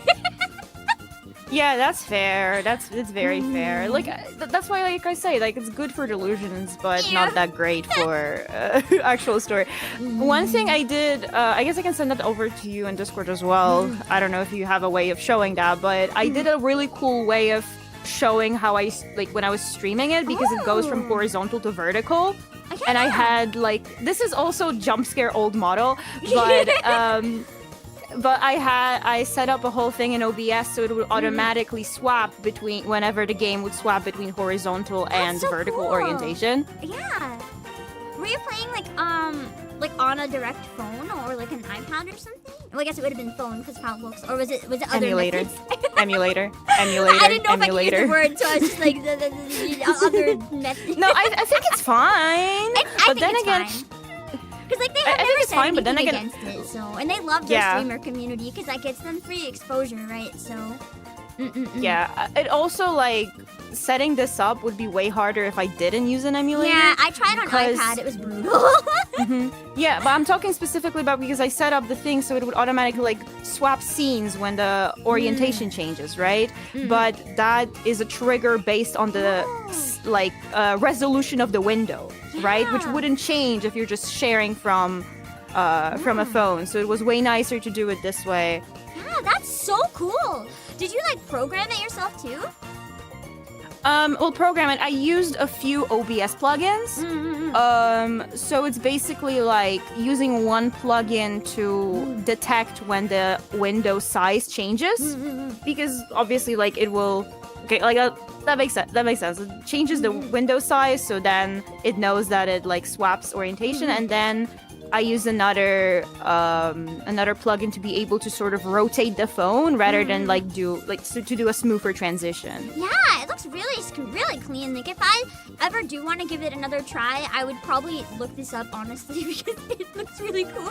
Yeah, I would have to, because I figured out how to do it myself, so there isn't like a tutorial. But if you need like someone to help you, let me know. It was actually funny because even though like that tweet doesn't have that many views, and also like my streams didn't have that many views, there have been like huge VTubers DMing me like, hey, how did you do that? Can you help me? Yeah, it's always nice when like you put a lot of effort into something and it gets recognized. Like, oh, I did it. yeah, very true. But also like, it is very hard to explain how to do it to someone who isn't good with technology. Oh god, then you definitely don't want to help me. I can try to help you, but it's not going to be like a thing where we sit down for 15 minutes and we have it done. Because there's also like, you have to prepare the actual like phone overlay and an alpha mask for it. And I have lost one person when I said the term alpha mask and they were like, what the fuck are you talking about, Hitomi? So, They tried. it's a little bit of work. But yeah, it's cool that you managed to pull it off. I'm curious about one other game. I just don't know if it's one that you've played or not. If not, it's all good. But have you ever tried Nikke? Yes. Actually, funny story. I wanted to get back to it. But I tried getting into my account on Monday, and when I log in, it froze me into the tutorial. No! It's just gone. And I know it's the correct account because like when you do the PC launcher, it like shows you the username, right? So I'm not like logging into like a new account or anything. Yeah. It just froze me into the tutorial, and I don't know what happened. Yeah, I messaged support, but they haven't gotten back to me. But like, I'm just worried that somehow like, because I played it back when it released, and back then there wasn't like a Windows version. So I'm really worried that maybe when I logged into the Windows version, it like overwrote my progress on Android. Oh, it shouldn't have, but if it did, that's like awful. Yeah, like I'm really worried it's some sort of like sync issue between platforms. But then like when I tried, like I downloaded it on Android again, it also threw me into tutorial, so it's like gone. Yeah, and I don't feel like, you know, starting from scratch. If mine got wiped, I would probably genuinely not have the heart to open it again. I'd be too sad. I'd be like, well, I'm moving on. Yeah. Especially that Nika is one of those games where every single day you don't play, you are more behind. Yeah. So starting from scratch is... That's my main complaint about it. Like, it's genuinely free-to-play friendly, but only if you never skip a day. And, like, I had to skip a day recently because they actually... I started my collab at the time the maintenance was supposed to end-ish, and, like, I was getting stuff set up. They had almost 24-hour maintenance, and, like, now I'm a day behind, so I'm gonna be punished for it. That's so annoying. That's so annoying. That would make me lose it. What the fuck? They kept having problems in extending. They're like, sorry, guys. Tears. I hope they give us a really good consolation for that. That's the hope. I mean, the new character is a good enough consolation prize. Yeah, just give her to me for free. Just give me Brady. Fair. She's so cute. She is. I really like her squad mate too. It's like this girl in like a maid dress with strawberries in her hair and twin tails. She's so precious. I have not seen her. She's less on the less on the down bad side and more just really cute. But I love her. She's precious. Fair. I'd have to look her up. Yeah, I don't have her name. Oh wait, does anyone know her name? A Crust maybe? But the new character has made the entire internet feral. It's crazy. Everywhere I went, it's them and then the twinks from Panty and Stocking. I also love them though. The new characters. Yeah. Oh my god. Like within 5 hours of like them being released, my timeline was full of them. Literally, I liked too many of them, so every time I log in now, all I see is just them. And I'm like, this is not a problem. But what have I done? There, I sent an image. She's like just super precious. Oh, she's tiny. That's cute. Yeah. I love that the strawberries kind of look like cat ears. It's just so cute. Oh, I didn't even notice that way. That's so funny. I like really unique designs like that too, which is why I love her and Brady. They're so different, and it's nice to see. I mean, I'm just glad to not have another super skinny anime girl. It's nice to have the variety. That's honestly one of the things I really like about Nikkei. It has like a decent variety at times, and with Brady too. My viewers actually pointed it out. She has stretch marks. Which is like really, I don't think I've ever seen that in gacha before. And the fact that everyone really loves her for it too, it's like really nice to see. Yeah, no, it's wholesome. I also really like it. It's so wholesome. Except some of the comments are scary. Some of them are a little too feral. Not everyone's so wholesome. A lot of people are down bad, atrocious. I get it. It's good. It's just a really cool aspect of the community that I like. There's a lot of different characters, something for everyone. I still need my buff wife, but someday. Someday I cry. Have you ever played like the Danganronpa series, like the original one? I watched playthroughs on YouTube because I was a kid and I couldn't have my own copy. That's fair. I watched the first and the third one. Nice. I want a character that's like Sakura, like just giant buff woman. I need that. I want her to punch the enemy. I mean, I feel like I feel like that will eventually happen in Nika. Like, I'm hoping. Because as we were talking, like they have enough variety that we'll get there. Yeah, someday. I don't know when that day will be, but I am hoping.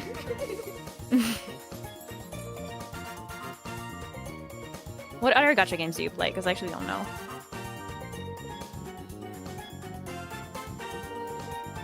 I lost you. I cannot hear you if you're saying anything.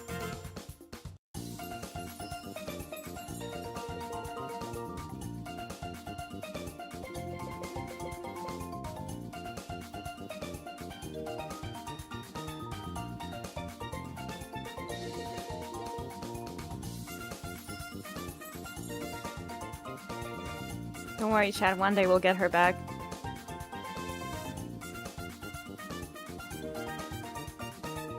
Okay, it's time for some ASMR noises. At least I don't have to do it.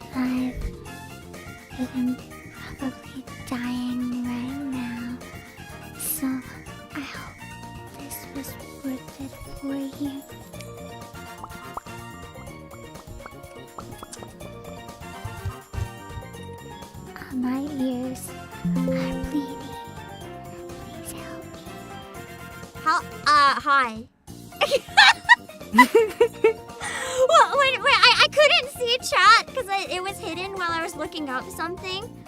And then it was gone. Yeah, I also said it. I did not catch it because I got too excited about what I was screaming about that no one heard me screaming about. So I was being down bad. So when you said we'll get her back one day, I thought it was just a response like being so disgusted at me being down bad.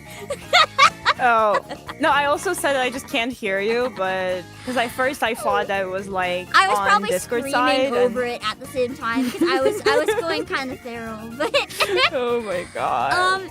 the new this character is in Reverse 1999, which is the other game that I play. He's a serial killer. He is coming out in a couple patches. Is that your type? Just maybe.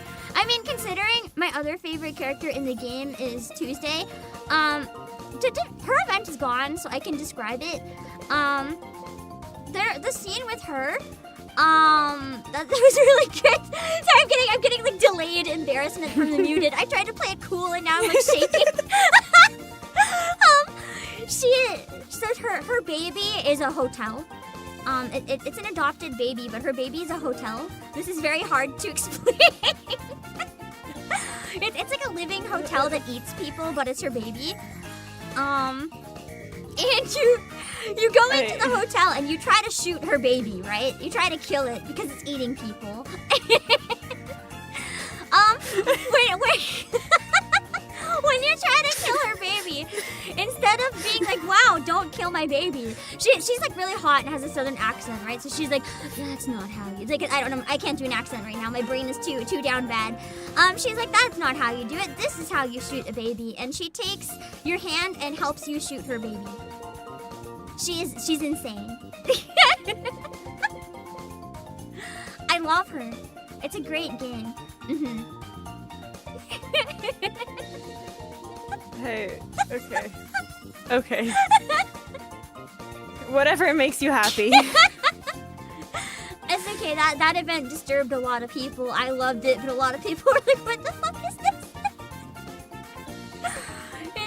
It's a good game, but it's very weird at times. But that's the only other one that I mean.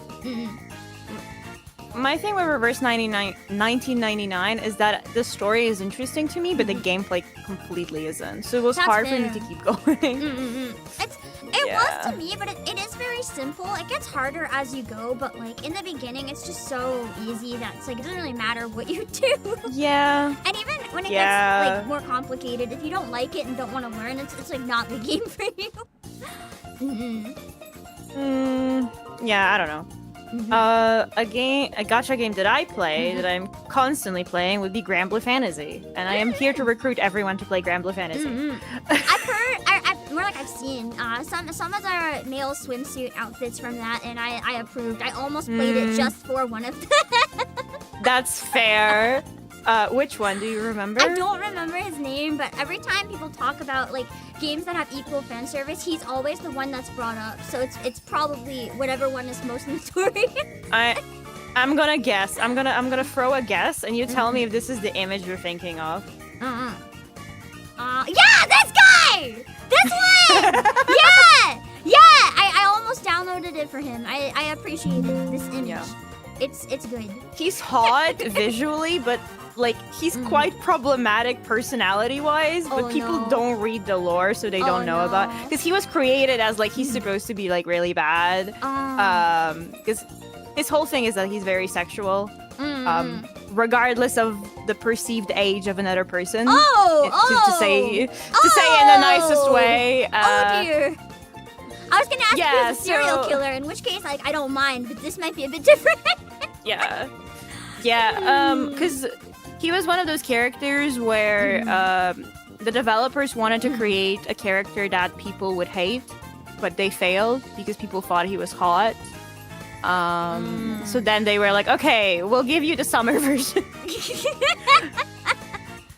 But it is nice that like Granblue objectifies both genders, you know? More games that do that, please. I mean, I say both genders. They also have non-binary characters. It's Are great. they also hot? That's all that matters. I need all the characters to They're be all hot. Okay, but I'm gonna show you another image of like men being objectified in this game. Okay, please, yes. Oh, I've seen it. Oh, no, I have not seen this one. Oh my god, that's a whole butt. That is a whole butt. We have like dad it's so cooking, great. but amazing. Oh, he is not very good at cooking, is he? That is on fire, or whatever it is. Or is it making Well, no. weapons? So the thing is, because this was like a Valentine skin, but he's like a fire dragon, so he's gonna be like shown with like fire, but he's actually like his whole thing is that he wants to have like a bakery or whatever. Like he is good at cooking. He's just too hot though. The food's on fire. But he Yeah. tried. It's like flambe. You just cook it really quickly, right? It's on purpose, definitely. I haven't had time to play it Anyway. very much, but have you played Heaven Burns Red too? No, I have not. It's fine. It's a new gacha that came out kind of a couple months ago. I know what it is. Yeah. I just wasn't interested. Let's call it. That's fair. That's fair. The slice of life was a bit much for me in it, but I liked one part of it later on. Granblue is good though. I appreciate the art in it, even if I don't get into the game, because I'm trying not to get into too many gacha because I don't want to end up getting bad wallet habits, for lack of a better word. I want to say Granblue is very like F2P friendly, and even more so like if you're willing to spend like an average of like $30 a month, like that's completely fine and you're gonna get a lot of stuff.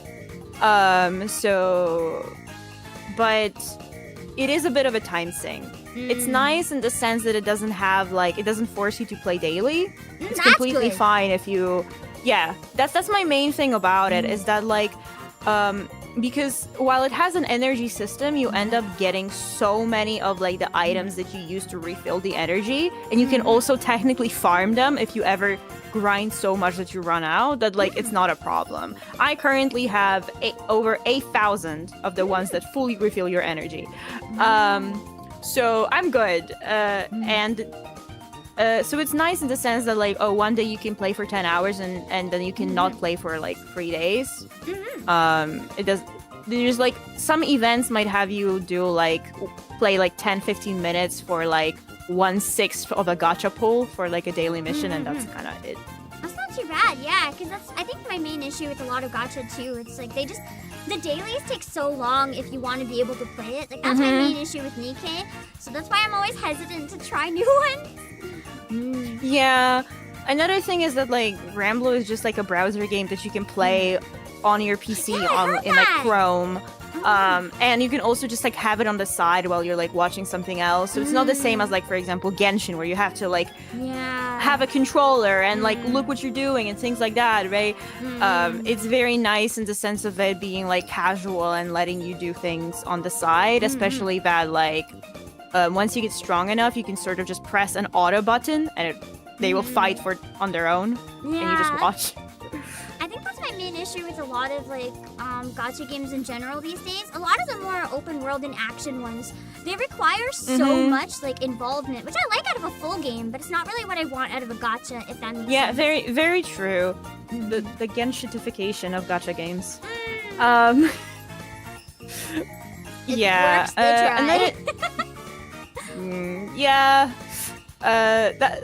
try. Another reason why I really like Granblue is that it has like a way more complex combat system that you can't just like brute force through on higher levels, but there's like actual theory crafting and team building and stuff. So it's like way more interesting, you know, than just like, oh, this is the meta team, you have to build this and this and this, right? Like there's way more nuance to it. That's good. I find the more nuance there is to a lot of games too, the more interesting it is in the long run. Because if something's too simple, exactly, it's great at first, but then eventually you don't really want to do the same loops over and over, you know? Yeah. And I also like that it actually has like sort of high level raids that you have to coordinate in like a actually really group hard. of 6 people. Yeah, so like usually gacha games don't have that, or if they do, it's very much based on just like, oh, have you whaled enough, rather than like, do you understand the like raid mechanics and things like that. So that's why I really appreciate the high level content in Granblue. Yeah, having high level content in the gacha is really nice because it's a type of like thing that a lot of the more dedicated players genuinely will appreciate. And it's not so much for the casual fans, but sometimes having something for the more dedicated fans is a good way to like increase interest in the long term, which is hard. Yeah. Yeah. Like Granblue releases like new raids quite often, and then like new like hardcore raids, like the hardest level ones. So I want to say once a year. So there's stuff to do for sure. There's stuff to farm for sure, because Granblue is very much on like the farming sort of game, which I know that might not be for everyone, but that's why I appreciate that like it doesn't force you to do it every day. You can just grind out one day when you have time, and another day just chill, right? So instead of a stamina bar, it's like you can kind of farm as much as you want when you have time? Well, so it's kind of weird because while it has a stamina bar, you can easily like get the items that you use to refill that bar to the point that like an average player who has played for at least like a few months never has to look at how many of those items they have. Nowadays, there's even an option for it to like automatically use the items. So like when you go into a quest, if you need to refill, it will automatically do that for you. You don't even have to use the item manually. Oh, that's nice. Because right now I have, let's see, 9,007 that refill half of the energy, and 1,870 that refill full energy. Oh, you're good then for like whenever you want anything. Yeah. And if you really care, if you're like grinding so much to run out of them, you can actually farm those items. Oh my god, that's so cool! Just farm the stamina, use the stamina to like get infinite stamina. I like that system. Yeah, basically. It's very generous to the player. I just remembered something as well. I saw a while back ago, I think you were doing a collab. You're playing a demo that I had my eye on. The Silent Kingdom. How was it? Oh, that's what I was playing it already because it's out in early access. Oh, really? That's so it's not a demo anymore. Okay. Yeah. It was really cool. So actually, I like was talking to the dev, and they like gave me a copy so I could do like this collab stream. Where we were just voice acting the whole thing. So we like, I got like 3 friends, and we split the roles and sort of voice acted for the whole thing. It's very interesting, and I need to. It's just hard to get the group back to continue the game. I feel that's so hard with like long voice acting stuff. Almost all of them end up like, it's so hard. Yeah, and everyone is a different time zone. Yeah. Finding like a time where you can all. But it's I've been enjoying it. I have to say, bringing a friend who can voice hot characters in a very attractive way might influence how much I like the game. That's so fair. It's also just really fun, like with voice acting in collabs, because then you bounce off the energy of other people, and it's like it's such a good experience. Yeah, and I also think that might make like, because I feel like usually visual novel style games might not be that interesting to like watch a streamer play. So having those interactions sort of makes the stream like more entertaining. Yeah. And it's cool too, because when you get all the people together, people have like different opinions on what's going on and stuff, and it kind of makes like interesting stuff that one person alone might not pick up in the story, which is really refreshing. Yeah. But it was mainly just me objectifying the hot friend. Oh, that's me I every made game. voice That's the so hottest character. Every time I do like a Nikkei voice acting collab, it's usually just like me screaming about the characters half the stream while the other people are there like waiting to voice their lines, and I'm like, sorry. It just happens. Anime characters are really hot, you know? It's not fair. Yeah. Yeah, but that's what I'm saying. I also got like someone whose voice I like to voice the character I like. And then I'm just like, this is a self-indulgent stream. It's like, sorry, but I really need to like hear you as this character. Can you just like Exactly. let me Yeah, I actually because like the friend who was voicing the dude who I thought was hot, he also like gets a little bit of the like cringe whenever like voicing lines like "oh my princess" and things like that. And because technically like you're playing as a princess, right? But that's why like it comes off a little bit cringe. And I was like taunting him because the developer this week tweeted that she's writing like intimate scenes. And I DM'd him like, we gotta play more of this game, dude. I gotta hear this. That's so fair. I was doing a stream a while back, like just with different games. Whenever that type of thing comes up, I always have to like warn someone. I'm like, by the way, this is gonna have like X scene. Can we voice this? And if they're like yes, I'm like, okay, you're not backing out. We're voicing this on stream now. You can't just skip it, right? Like you have to go all out or nothing. No, it's part of the experience. It's necessary. Yeah, I was just mainly apologizing for how I was acting listening to hot voices. Don't apologize, own it. Be like, you're welcome.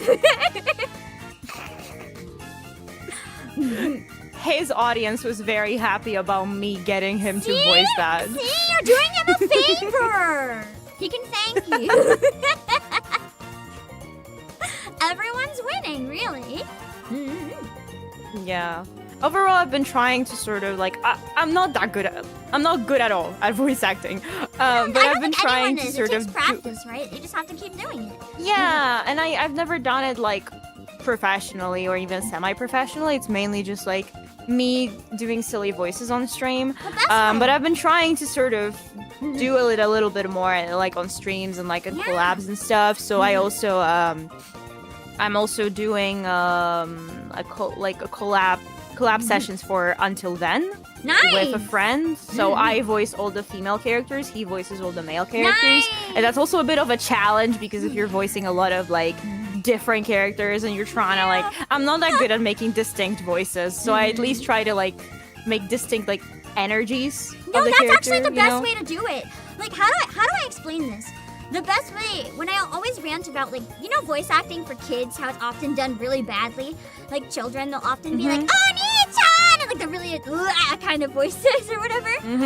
It's like, the best way I try to describe it is energy matters more than anything. Like, and if you're voicing a kid, instead of being like, hi there, I'm 5 years old! Like, it breaks your ears. But I can literally use my natural voice and change the energy and just be like, hi, I'm 5 years old. And it works so much better. So you're on the perfect track if that's what you're doing. You like instinctively know what to do. Yeah, that makes sense. I don't know. I feel like I don't know what I'm doing at all. Nah. But you're getting there. The best way to learn is to do it. Yeah, but I do get like a lot of nice comments sort of about like whenever I voice any like more emotional scenes about like how I'm actually like able to put that emotion into it. Because oh my god, I don't want to be like rude to people, but like when I was doing this, because when I was doing the Silent Kingdom collab and I was sort of recruiting people, because I don't actually know that many like people who even like can do basic voice acting, and I put up these like public recruitment posts in like VTuber servers and like Twitter and stuff. I realized that I might be better than I think because I've sort of gotten really bad samples from some people where it's sort of just like some people read stuff without putting any sort of emotion to it. Yeah. And I'm really picky with voice acting collabs too, so I know what you mean. I go through like lists of people before I pick. Yeah, that makes sense. Like I don't have that much to pick from, but I also like would rather do a smaller group and have people like maybe do the same voice for multiple characters than have a bigger group but bring in people who literally like read everything monotonously. Yeah. It's like the main thing too, and this is again one thing that you're actually doing really well, if you're good at the emotional scenes, that's the most important part.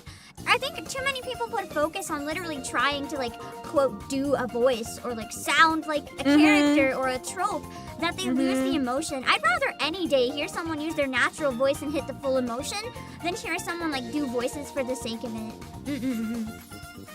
Yeah, that's very fair. Which is probably how it ends up sounding kind of monotonous because people are like not putting like their thought behind the lines, I guess is a good way to put it. They're not putting themselves in like the situation. Yeah. yeah. It's probably that. Because I've gotten like, I sent people like some like text samples to just so I can feel out if they can do like the voice that they're trying to sign up for. And sometimes I just felt like they didn't even like read the text before recording to know what even like the vibe that they're supposed to give off is. Yeah. Which is fine, like, if you're playing the game cold reading, but, like, if you're doing a recording test, it's good to do a bit of research into it. Yeah, because, I mean, it also shows, like, how much you care about what you're signing up for, whether you were able to take that extra 5 minutes to, like, think about what you're doing. Yeah, it really makes a difference. I appreciate that you are picky about it, because I am the same, and I always feel kind of bad about it, so when someone else is also picky, I'm like, okay, good, we just need to care about the quality. No, but don't, I mean, first of all, if you're doing anything on your own channel, on your own stream, like, you get to be picky. Exactly. It's like your space, right?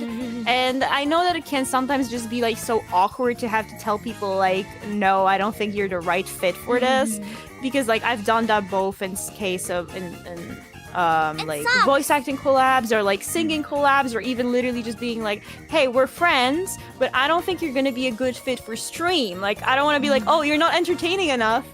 But it can be rough, too, like it depends on like the style of stream too. Because, like, sometimes I will join stuff for fun, and I love to do it sometimes. But sometimes it's also, if I want to focus on just having fun, I might not, like, even with people that are entertaining, I might not stream my POV, because it's just, like, I just want to focus on having fun and not being entertaining today. Yeah, or that's whatever. fair. So it's like, when people Because, are like, clear, anytime... yeah, I mean, like, anytime anytime I start up a stream, I like already have this mindset that like I'm supposed to be entertaining, right? So I also don't want to have this like there's people that I like, for example, gaming with, but we don't necessarily have like an interesting conversation going while we play, right? And you know, it's not necessarily like an interesting like, let's call it like, for example, a Valorant collab if you're just doing like call outs, not having any sort of conversation and like it's like, if you're competitive, that might be one thing, because then people are watching skill level, but if they're there for, like, the yapping, it's not what the audience wants, and you also have to look out for yourself. Like, it's great to make time for friends and have fun, but if you're a serious creator versus someone who's just running a channel as a hobby, it is something where even if you don't want to, you kind of have to think about it. Yeah.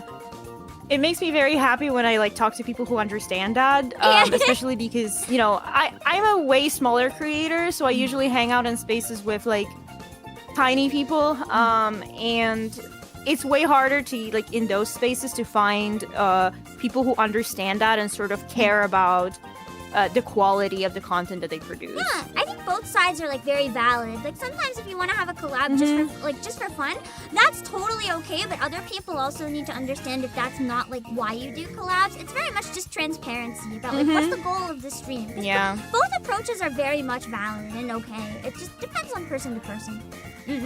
Yeah, no, exactly. And I don't know, like I've just found it hard to sometimes explain to people that there is like collabing is one thing, being friends is another thing.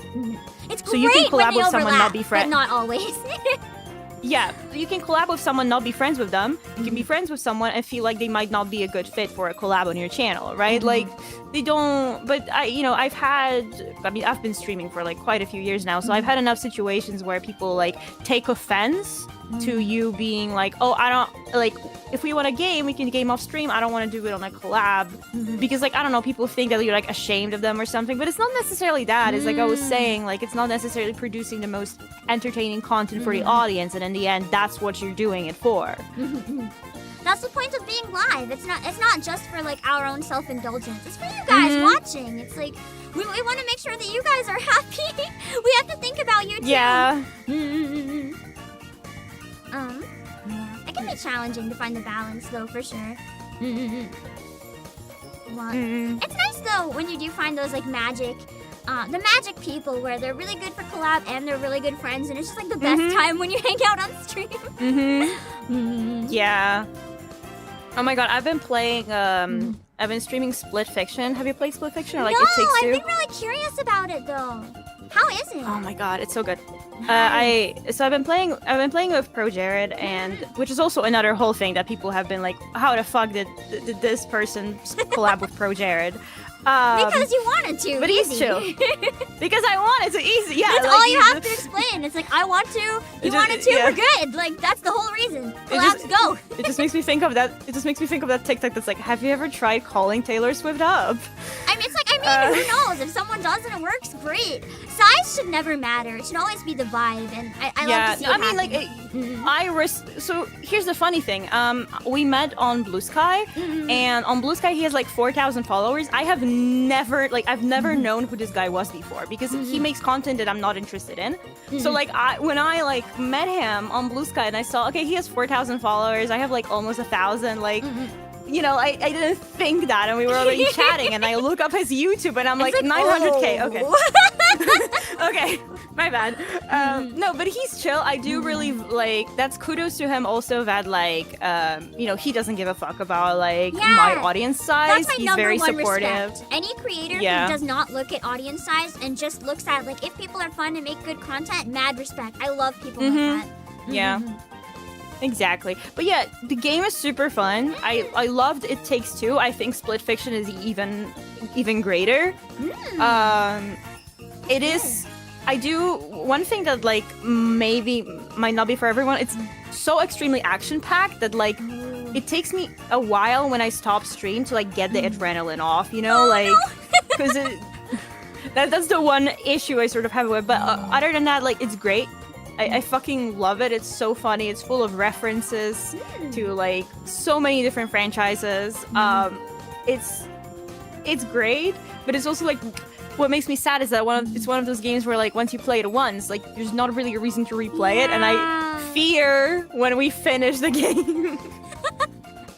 If it's one of those games that's so good, it's just like you want to like erase your brain and play it again, but you can't. Yeah, I wish I could do that with It Takes Two. Oh my god. I never got to finish that one because my collab partner graduated. Oh. I was so sad. Oh god. I don't have the that's so heart to like bad. continue with anyone else. I'm like, I can't do it. That's fair, but that's so bad. Oh god. And it happens. I can't even if I wanted to play It Takes Two again, like it was the other person I was playing it with who bought the copy, right? Because those are the games where you only have to have one. And I don't feel like buying my own. So that would be me. It's like free copy. Yeah, I'm not buying that. real, yeah. I'm also leeching Split Fiction off Jared. Nice. I want to see more like that though, because even with like the DS and the 3DS, there was a lot of like download play. Well, maybe just DS actually, where you don't have to like pay if someone has it. I want to see more stuff like that, even if it's like a temporary download that doesn't work when you load it on your own. It's just you shouldn't have to have everyone buy a co-op game if they just want to play once or whatever. It's very nice that like that's how like A Way Out, It Takes Two, and Split Fiction works. Especially when it's kind of like, because it's a game that like you cannot play solo, no, right? It's not possible. Like you can't, unless you have two controllers, in which case you can like play with your feet or something. But you'll die. Yeah, I mean, I remember seeing someone who like streamed through It Takes Two solo. What did they do? Did they say? Like, was it just like one hand on each controller, or what did they do? Yeah, I think I think what they were doing is they were having like one hand on each controller, and the controllers were just laying on the desk, so they could sort of, you know, use all of their fingers. That's cool.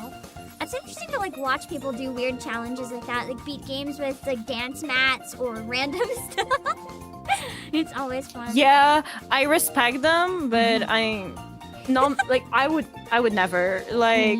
I do not have the patience and the energy for these things. Good for them though. Yeah. If it's not something you enjoy, it's definitely not worth it. Like, I feel like as streamers, the one thing that we really, really benefit from is if there's something that we enjoy, everyone can tell if we actually enjoy it or not. It's not really, as much as people are like, oh yeah, you don't like this thing, but it's popular, you should do it. It's like, well, no, because my audience won't like it if they tell I fucking hate it. You know? Yeah. And that's another thing, because I also like see people like stream games just because they know they will get like higher viewership from it, Yeah, but it's temporary. it's what I was telling you about like Limbus Company, where You warned me. I really appreciated your warning. Oh my god. I guess wait, context for Chad. I used to stream Limbus Company like half a year ago, and I was like probably like quite known because I would get like 200 to 300 CCV, but it would be like only during Limbus streams. So anytime I streamed anything else, like maybe 1 or 2 people from those would show up to other streams. And the Limbus streams were horrendous. Like, people would spoil. I would have weird people, like, role-playing Limbus characters in my chat. And you know, I wasn't even, like, getting money from it, because there was, like, maybe, like, 2 people who membered, and ad revenue was low, so it wasn't even, like, oh, get that bag. There was no bag to get. You like, and I the was community suffering for nothing. Yeah, everyone is just suffering, and all that's happening is like, I have like higher numbers, but like at what cost? I would rather, at what cost? I would rather get $5 less of ad revenue than lose my fucking mind. Yeah, it was awful. Yeah, I think it was either on stream or like I warned my mods in Discord. I'm like, okay, if I ever do still try this, because I've been wanting to for a long time, I was like, please tell me if it's like unbearable. Because if it's too bad, I'm not gonna want to continue. I don't want to put my community through that. Yeah, it's just because the thing is that like Limbus fans is just one of those communities where anytime they see a new player, like they will jump and they will like, because they want to see new players react to stuff. But another thing I sort of had an issue with is that they make an assumption that everyone is fucking stupid. Oh, I hate when I was playing it, one thing is backseating, because backseating for gameplay is one thing. Another thing is when because Limbus has a lot of literature references, and generally like characters are based on specific characters or like books. It was infuriating when a lot of chatters would sort of expect that I have never heard of any of those books before, never read a book in my life, don't know any literature classics, and they were like shocked whenever I would like understand a reference, and I was just like, read guys, a book. I read.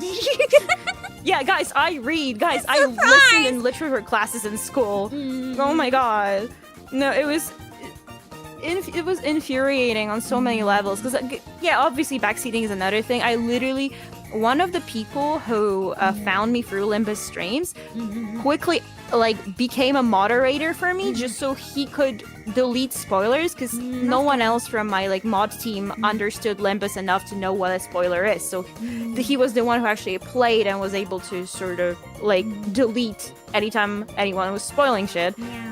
Huge kudos to him. But yeah, it was just horrendous. It was such a mix of like, because at the end of every chapter you have like a bigger boss fight, and there's usually like some sort of special mechanic to it, and that's another thing with like when I was saying that people thought I was stupid. Anytime I won that boss fight in 1 or 2 tries, people would be like, oh, she probably like looked up a guide. Maybe you're just good. Did they even like consider? Maybe I just read. Yeah. Maybe I'm good at like strategy games. I don't know, like it was infuriating because it felt like a lot of people were just like looking down on me. And they were just coming to the stream to look down on me or to show that they are better because they know stuff, because they're more experienced in the game, and things like that. Like it just wasn't a good vibe. And as I said, the ad revenue or anything, like I wasn't even getting money, because it would be a bit different if I was like, you know, getting that like 200, 300 viewers, your but pride I was for money. But the thing was like I wasn't getting that. I mean, like, I searched up enough YouTube analytics to realize that a lot of people were just watching with ad blockers, so they just weren't getting ads, and I wasn't getting money. So, yeah, but like, I could swallow my pride for money, and I'm not gonna swallow my pride and mental health for another $2 a day. Not worth it. Yeah. I do again really appreciate the warning because it'll definitely make me, if I get around to it, approach it like in a way with that in mind. And then I can be somewhat mentally prepared. And if it's too bad, then I will quit midstream. Yeah, I really wanted to warn you when I saw that because like I don't want people to go through the same experience that I went, especially like because I walked into it blind. I didn't know I didn't even know that like Olympus was that huge. I just saw a few people like talk about it. It's good and stuff, and suddenly I'm like, oh, my VOD got 7,000 views. Who are all these people, right? Yeah. I've also, I think I told you that like, I've seen like some other bigger streamers also just give up on streaming this game because I knew one of them gave was up on just Project Moon game, but I didn't know why, and I'm pretty sure it's probably the same situation. Yeah, it's just Limbus is way bigger because I also gave up on, well, because I tried all 3 games. I tried Lobotomy Corporation because, well, first of all, chat bought the other games for me because they really wanted me to try it. So I tried Lobotomy Corporation, but it was just completely not my thing. Because it's one of those games where you have to like keep on retrying until you do something correctly. That's very frustrating for me. I don't like. I generally don't play games that are like designed to make you They're not great frustrated. for streaming. Yeah, and then Library of Runa is fun because I like deck builders, but once again, like, people were so rude. Like, God forbid you didn't read one sentence on the screen about like one niche mechanic that this one character does, and suddenly everyone is like being like, "Oh my God, streamer is so stupid. She can't read." Like, yeah, no. I think So people I don't just been- realize that if yeah. they want us to keep playing, they can't pull that shit. Like, it's gonna make us quit. Yeah. So I gave up on that as well because it was just a lot of backseating, and especially like Library of Runa is very much about like, well, it's a deck builder where you also want to like figure out the strategy yourself. So it's just also less fun when people tell you the solution. Yeah, and then Limbus is just Nightmare 200, Fuel Gotcha 300 edition. CCD, and yeah, I don't know, like. That's it's another thing that I like also bring up now that I have that experience is that whatever your like viewership is does not necessarily correspond to what your earnings are. Yeah, no. That really depends. Like for me, Nikkei definitely is like my most popular for views. In terms of earning, it's probably pretty low, but I just love it. It's like a passion thing for me. When it's good to find the balance. But yeah, I do appreciate the heads up again, because as you said, going into it blind, that would be like a traumatizing stream experience. Like at least I can mentally prepare or decide just not to entirely. I also like don't know like how resilient you are and sort of like if I'm have prepared, a don't I'm give a very fuck attitude. resilient. If I'm not prepared, it really depends. I one time did a JoJo so it's watch good that I warned you. I one time did a JoJo watch along when like a new season dropped, and I thought it was gonna be just like chill for my viewers so we could relax. And I had like hundreds, if not thousands, of people flood in and be like, "You're not showing the show, ew, scammer! Where is it? Boo, L!" And I was just like, "Guys, shut up! I'm watching JoJo. Don't pirate. Go watch it yourself if you want to watch it." That's so weird. I was laughing. Oh my God. It was really funny, but like, if I wasn't able to handle that type of situation, it would have been really bad. I thought it was hilarious. It was peak. Yeah. But yeah, I know I said I would keep you for around an hour, so I'll probably wrap up just so I can go get my other stream ready because I'm doing Dead or Alive today. But I think I really, really appreciate that you made time to come hang out. Thank you so much. Thank you for inviting me. It was really nice to yap with you. I'm shocked that we managed to yap for an hour. Yeah, so far, I keep telling people, like, you don't have to stay a whole hour if you don't want, and so far, everyone did, because I can't shut up, so... No, but one thing I noticed is that we were very smoothly sort of going from topic to topic. The conversation was very satisfying in that sense. Yeah, I mean, we don't get to talk about, like, Otome and Gacha very often, so it's just kind of like explosion. Yeah. Please. But anytime you want to talk about Automa, my DMs are open. But yeah, before we go real quick though, because I'm thankful for the super chats and stuff at the end, but before that, do you have anything that you're doing soon, or just in general, that you want to promote about your channel? Oh my god, I didn't think about this. The hard question. One thing I can say, I started doing daily shorts on YouTube, and if you guys could watch that and support that so that I don't lose the motivation to keep on fucking uploading daily. Oh my god, I feel that. I haven't uploaded a short in like a month. Yeah, so I got a new challenge where I do like, they're easier to edit, they don't take me as much time, but I gave myself a challenge to put out a short a day, even if it's kind of like shit. Like, just to get that out, and just to, you know, because like I get like maybe like 1 to 5 subs per that short, so there's some sort of growth there. And from tomorrow, I'm gonna do a little series of like karaoke shorts. Nice. So if you guys could subscribe and watch my shorts, that would make me happy. Other than that, I stream so many different things. I don't even know what to advertise. Go check them out if you want to see all the variety on top of all the new shorts. With that being said, I will have to end the call just so I can wrap up because I'm running a bit overtime. I'm very bad at like not yapping. Okay. Thank you don't so worry. much. I also gotta go. Thank you again. Bye. Okay. Let me hide it real quick. The screen. Where is the screen? Oh my god, my brain. Hold on. Wait. I handled this in like every other thing when I was. Oh, there it is. Nice. Okay. I was an experimental stream that I wanted to try. Since I don't talk to people on stream outside of voice acting collabs very often, so I thought it could be a nice way to celebrate Dead or Alive Week. Just invite everyone to like hang out and chat on stream a little bit. We have two more streams like this. There's gonna be one on Saturday and one on Monday. So if you guys enjoy the yap, you'll get to meet some other really interesting people. I have everyone in the description, so if you guys enjoy anyone in particular, please go check out their channels. They took time out of their day to come hang out with me. So I'd really appreciate it if you want to like check out them as well. Let me see. I know there were a couple things, so let me really quickly open super chats and stuff. The one downside of collabs, I know it's a lot harder for me to like interact with chat.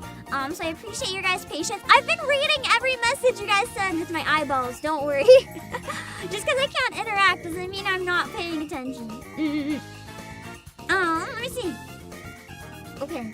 Diakibo, thank you for the super. It's not singing march, it's swimming march. True. Ending March with swimming march. We are winning. And also Bongola, thank you so much for the 5 gifted. Alright, not gifted. I keep saying 5 hostages. Yes, they're membership hostages. Thank you.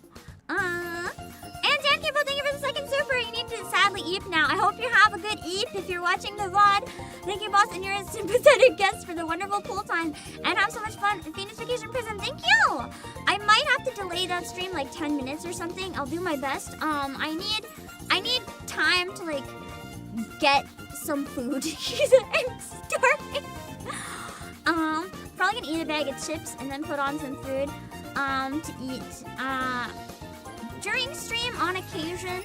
Yeah, I gotta reboot my PC and get ready for that game. Because it's gonna be on PS5. I have to download the game with my internet. That's great. I forgot to download the fucking game. That's okay. I'm gonna go find some people to raid and raid my waiting room on YouTube. So if you wanna see Dead or Alive, don't worry, we're going to the waiting room. If you wanna support the streams as well, with the promo link, Dead or Alive is not available in the West. It's only available in Asia and Japan. But you can play with a physical copy or a digital copy using gift cards. So, if you're interested, please consider using my promo link if you want to buy it because it does help support the stream. So thank you. Ordered the other day. Nice. We're gonna play it today too. So if anyone's been on the fence, you can see if it's like your type of game or not. I'm actually excited because it seems really story-based, and I love story-based games. So I'm excited to see like what is. That's not music. Let me put my links and the Twitch side as well, and then I will run to get everything set up. Twitter, YouTube, music, Play Asia. It's not Play Asia. I spelled my company name wrong. and Discord. Okay, I'm gonna run. I will run and hydrate like hell because with this type of stream it's very hard to drink and my throat is not happy with me. I will be back. I will see you guys really soon. Don't worry. Okay. Let me put my ending screen on. Okay. Bye bye. Okay, hold on. Let me see. Oh my god, this beach song is gonna be stuck in my head for the next month. I meant to like swap the music around. I forgot. I forgot so hard. Okay, let's see if we can raid on Twitch, and then I'll raid my waiting room on YouTube.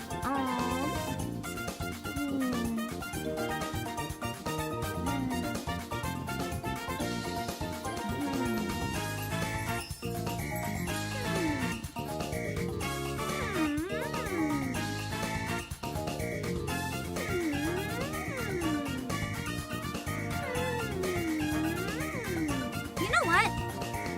We can go to Alligator, who is doing Split Fiction, which we were just talking about, so that's great. Let's go over there, and if you guys are curious about the game, you can give it. Oh my god, I'm in Twitch ad hell. Holy shit. Holy shit, an ad just started. I cannot interact when I raid. This is fucking hell. I hate Twitch! I need to get Twitch Turbo just so I'm not in ad hell whenever I raid anyone. Give me 27 seconds to sit through a fucking pizza commercial. Make sure to read the rules so you don't say anything that would be uncomfortable or against the streamer's TOS. I am getting... What the fuck is this ad? What the fuck is this ad? This is a really weird ad. Oh, I think it's a Monster Energy drink. Why is this like a snail that looks like it was drawn by Dr. Seuss? Anyway, okay, let me read. I read Alligator and then, yeah, then we will read my waiting room on YouTube. Okay. I will see you guys later. Very soon, actually. I'm not gonna switch the time of the stream. I'll do my best to make it in time, so bear with me. If I have to delay, it'll be like last minute. Okay, hold on. Okay.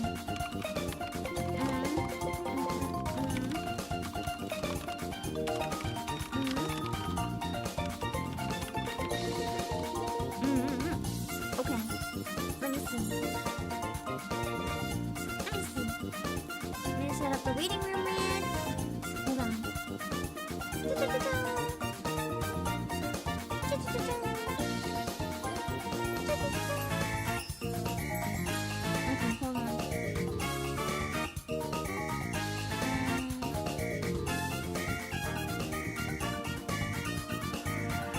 Okay, there we go.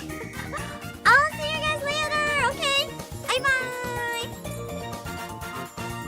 Oh wait, hold on. Let me, like, quadruple check that I set it up right. Okay, we're good, bye!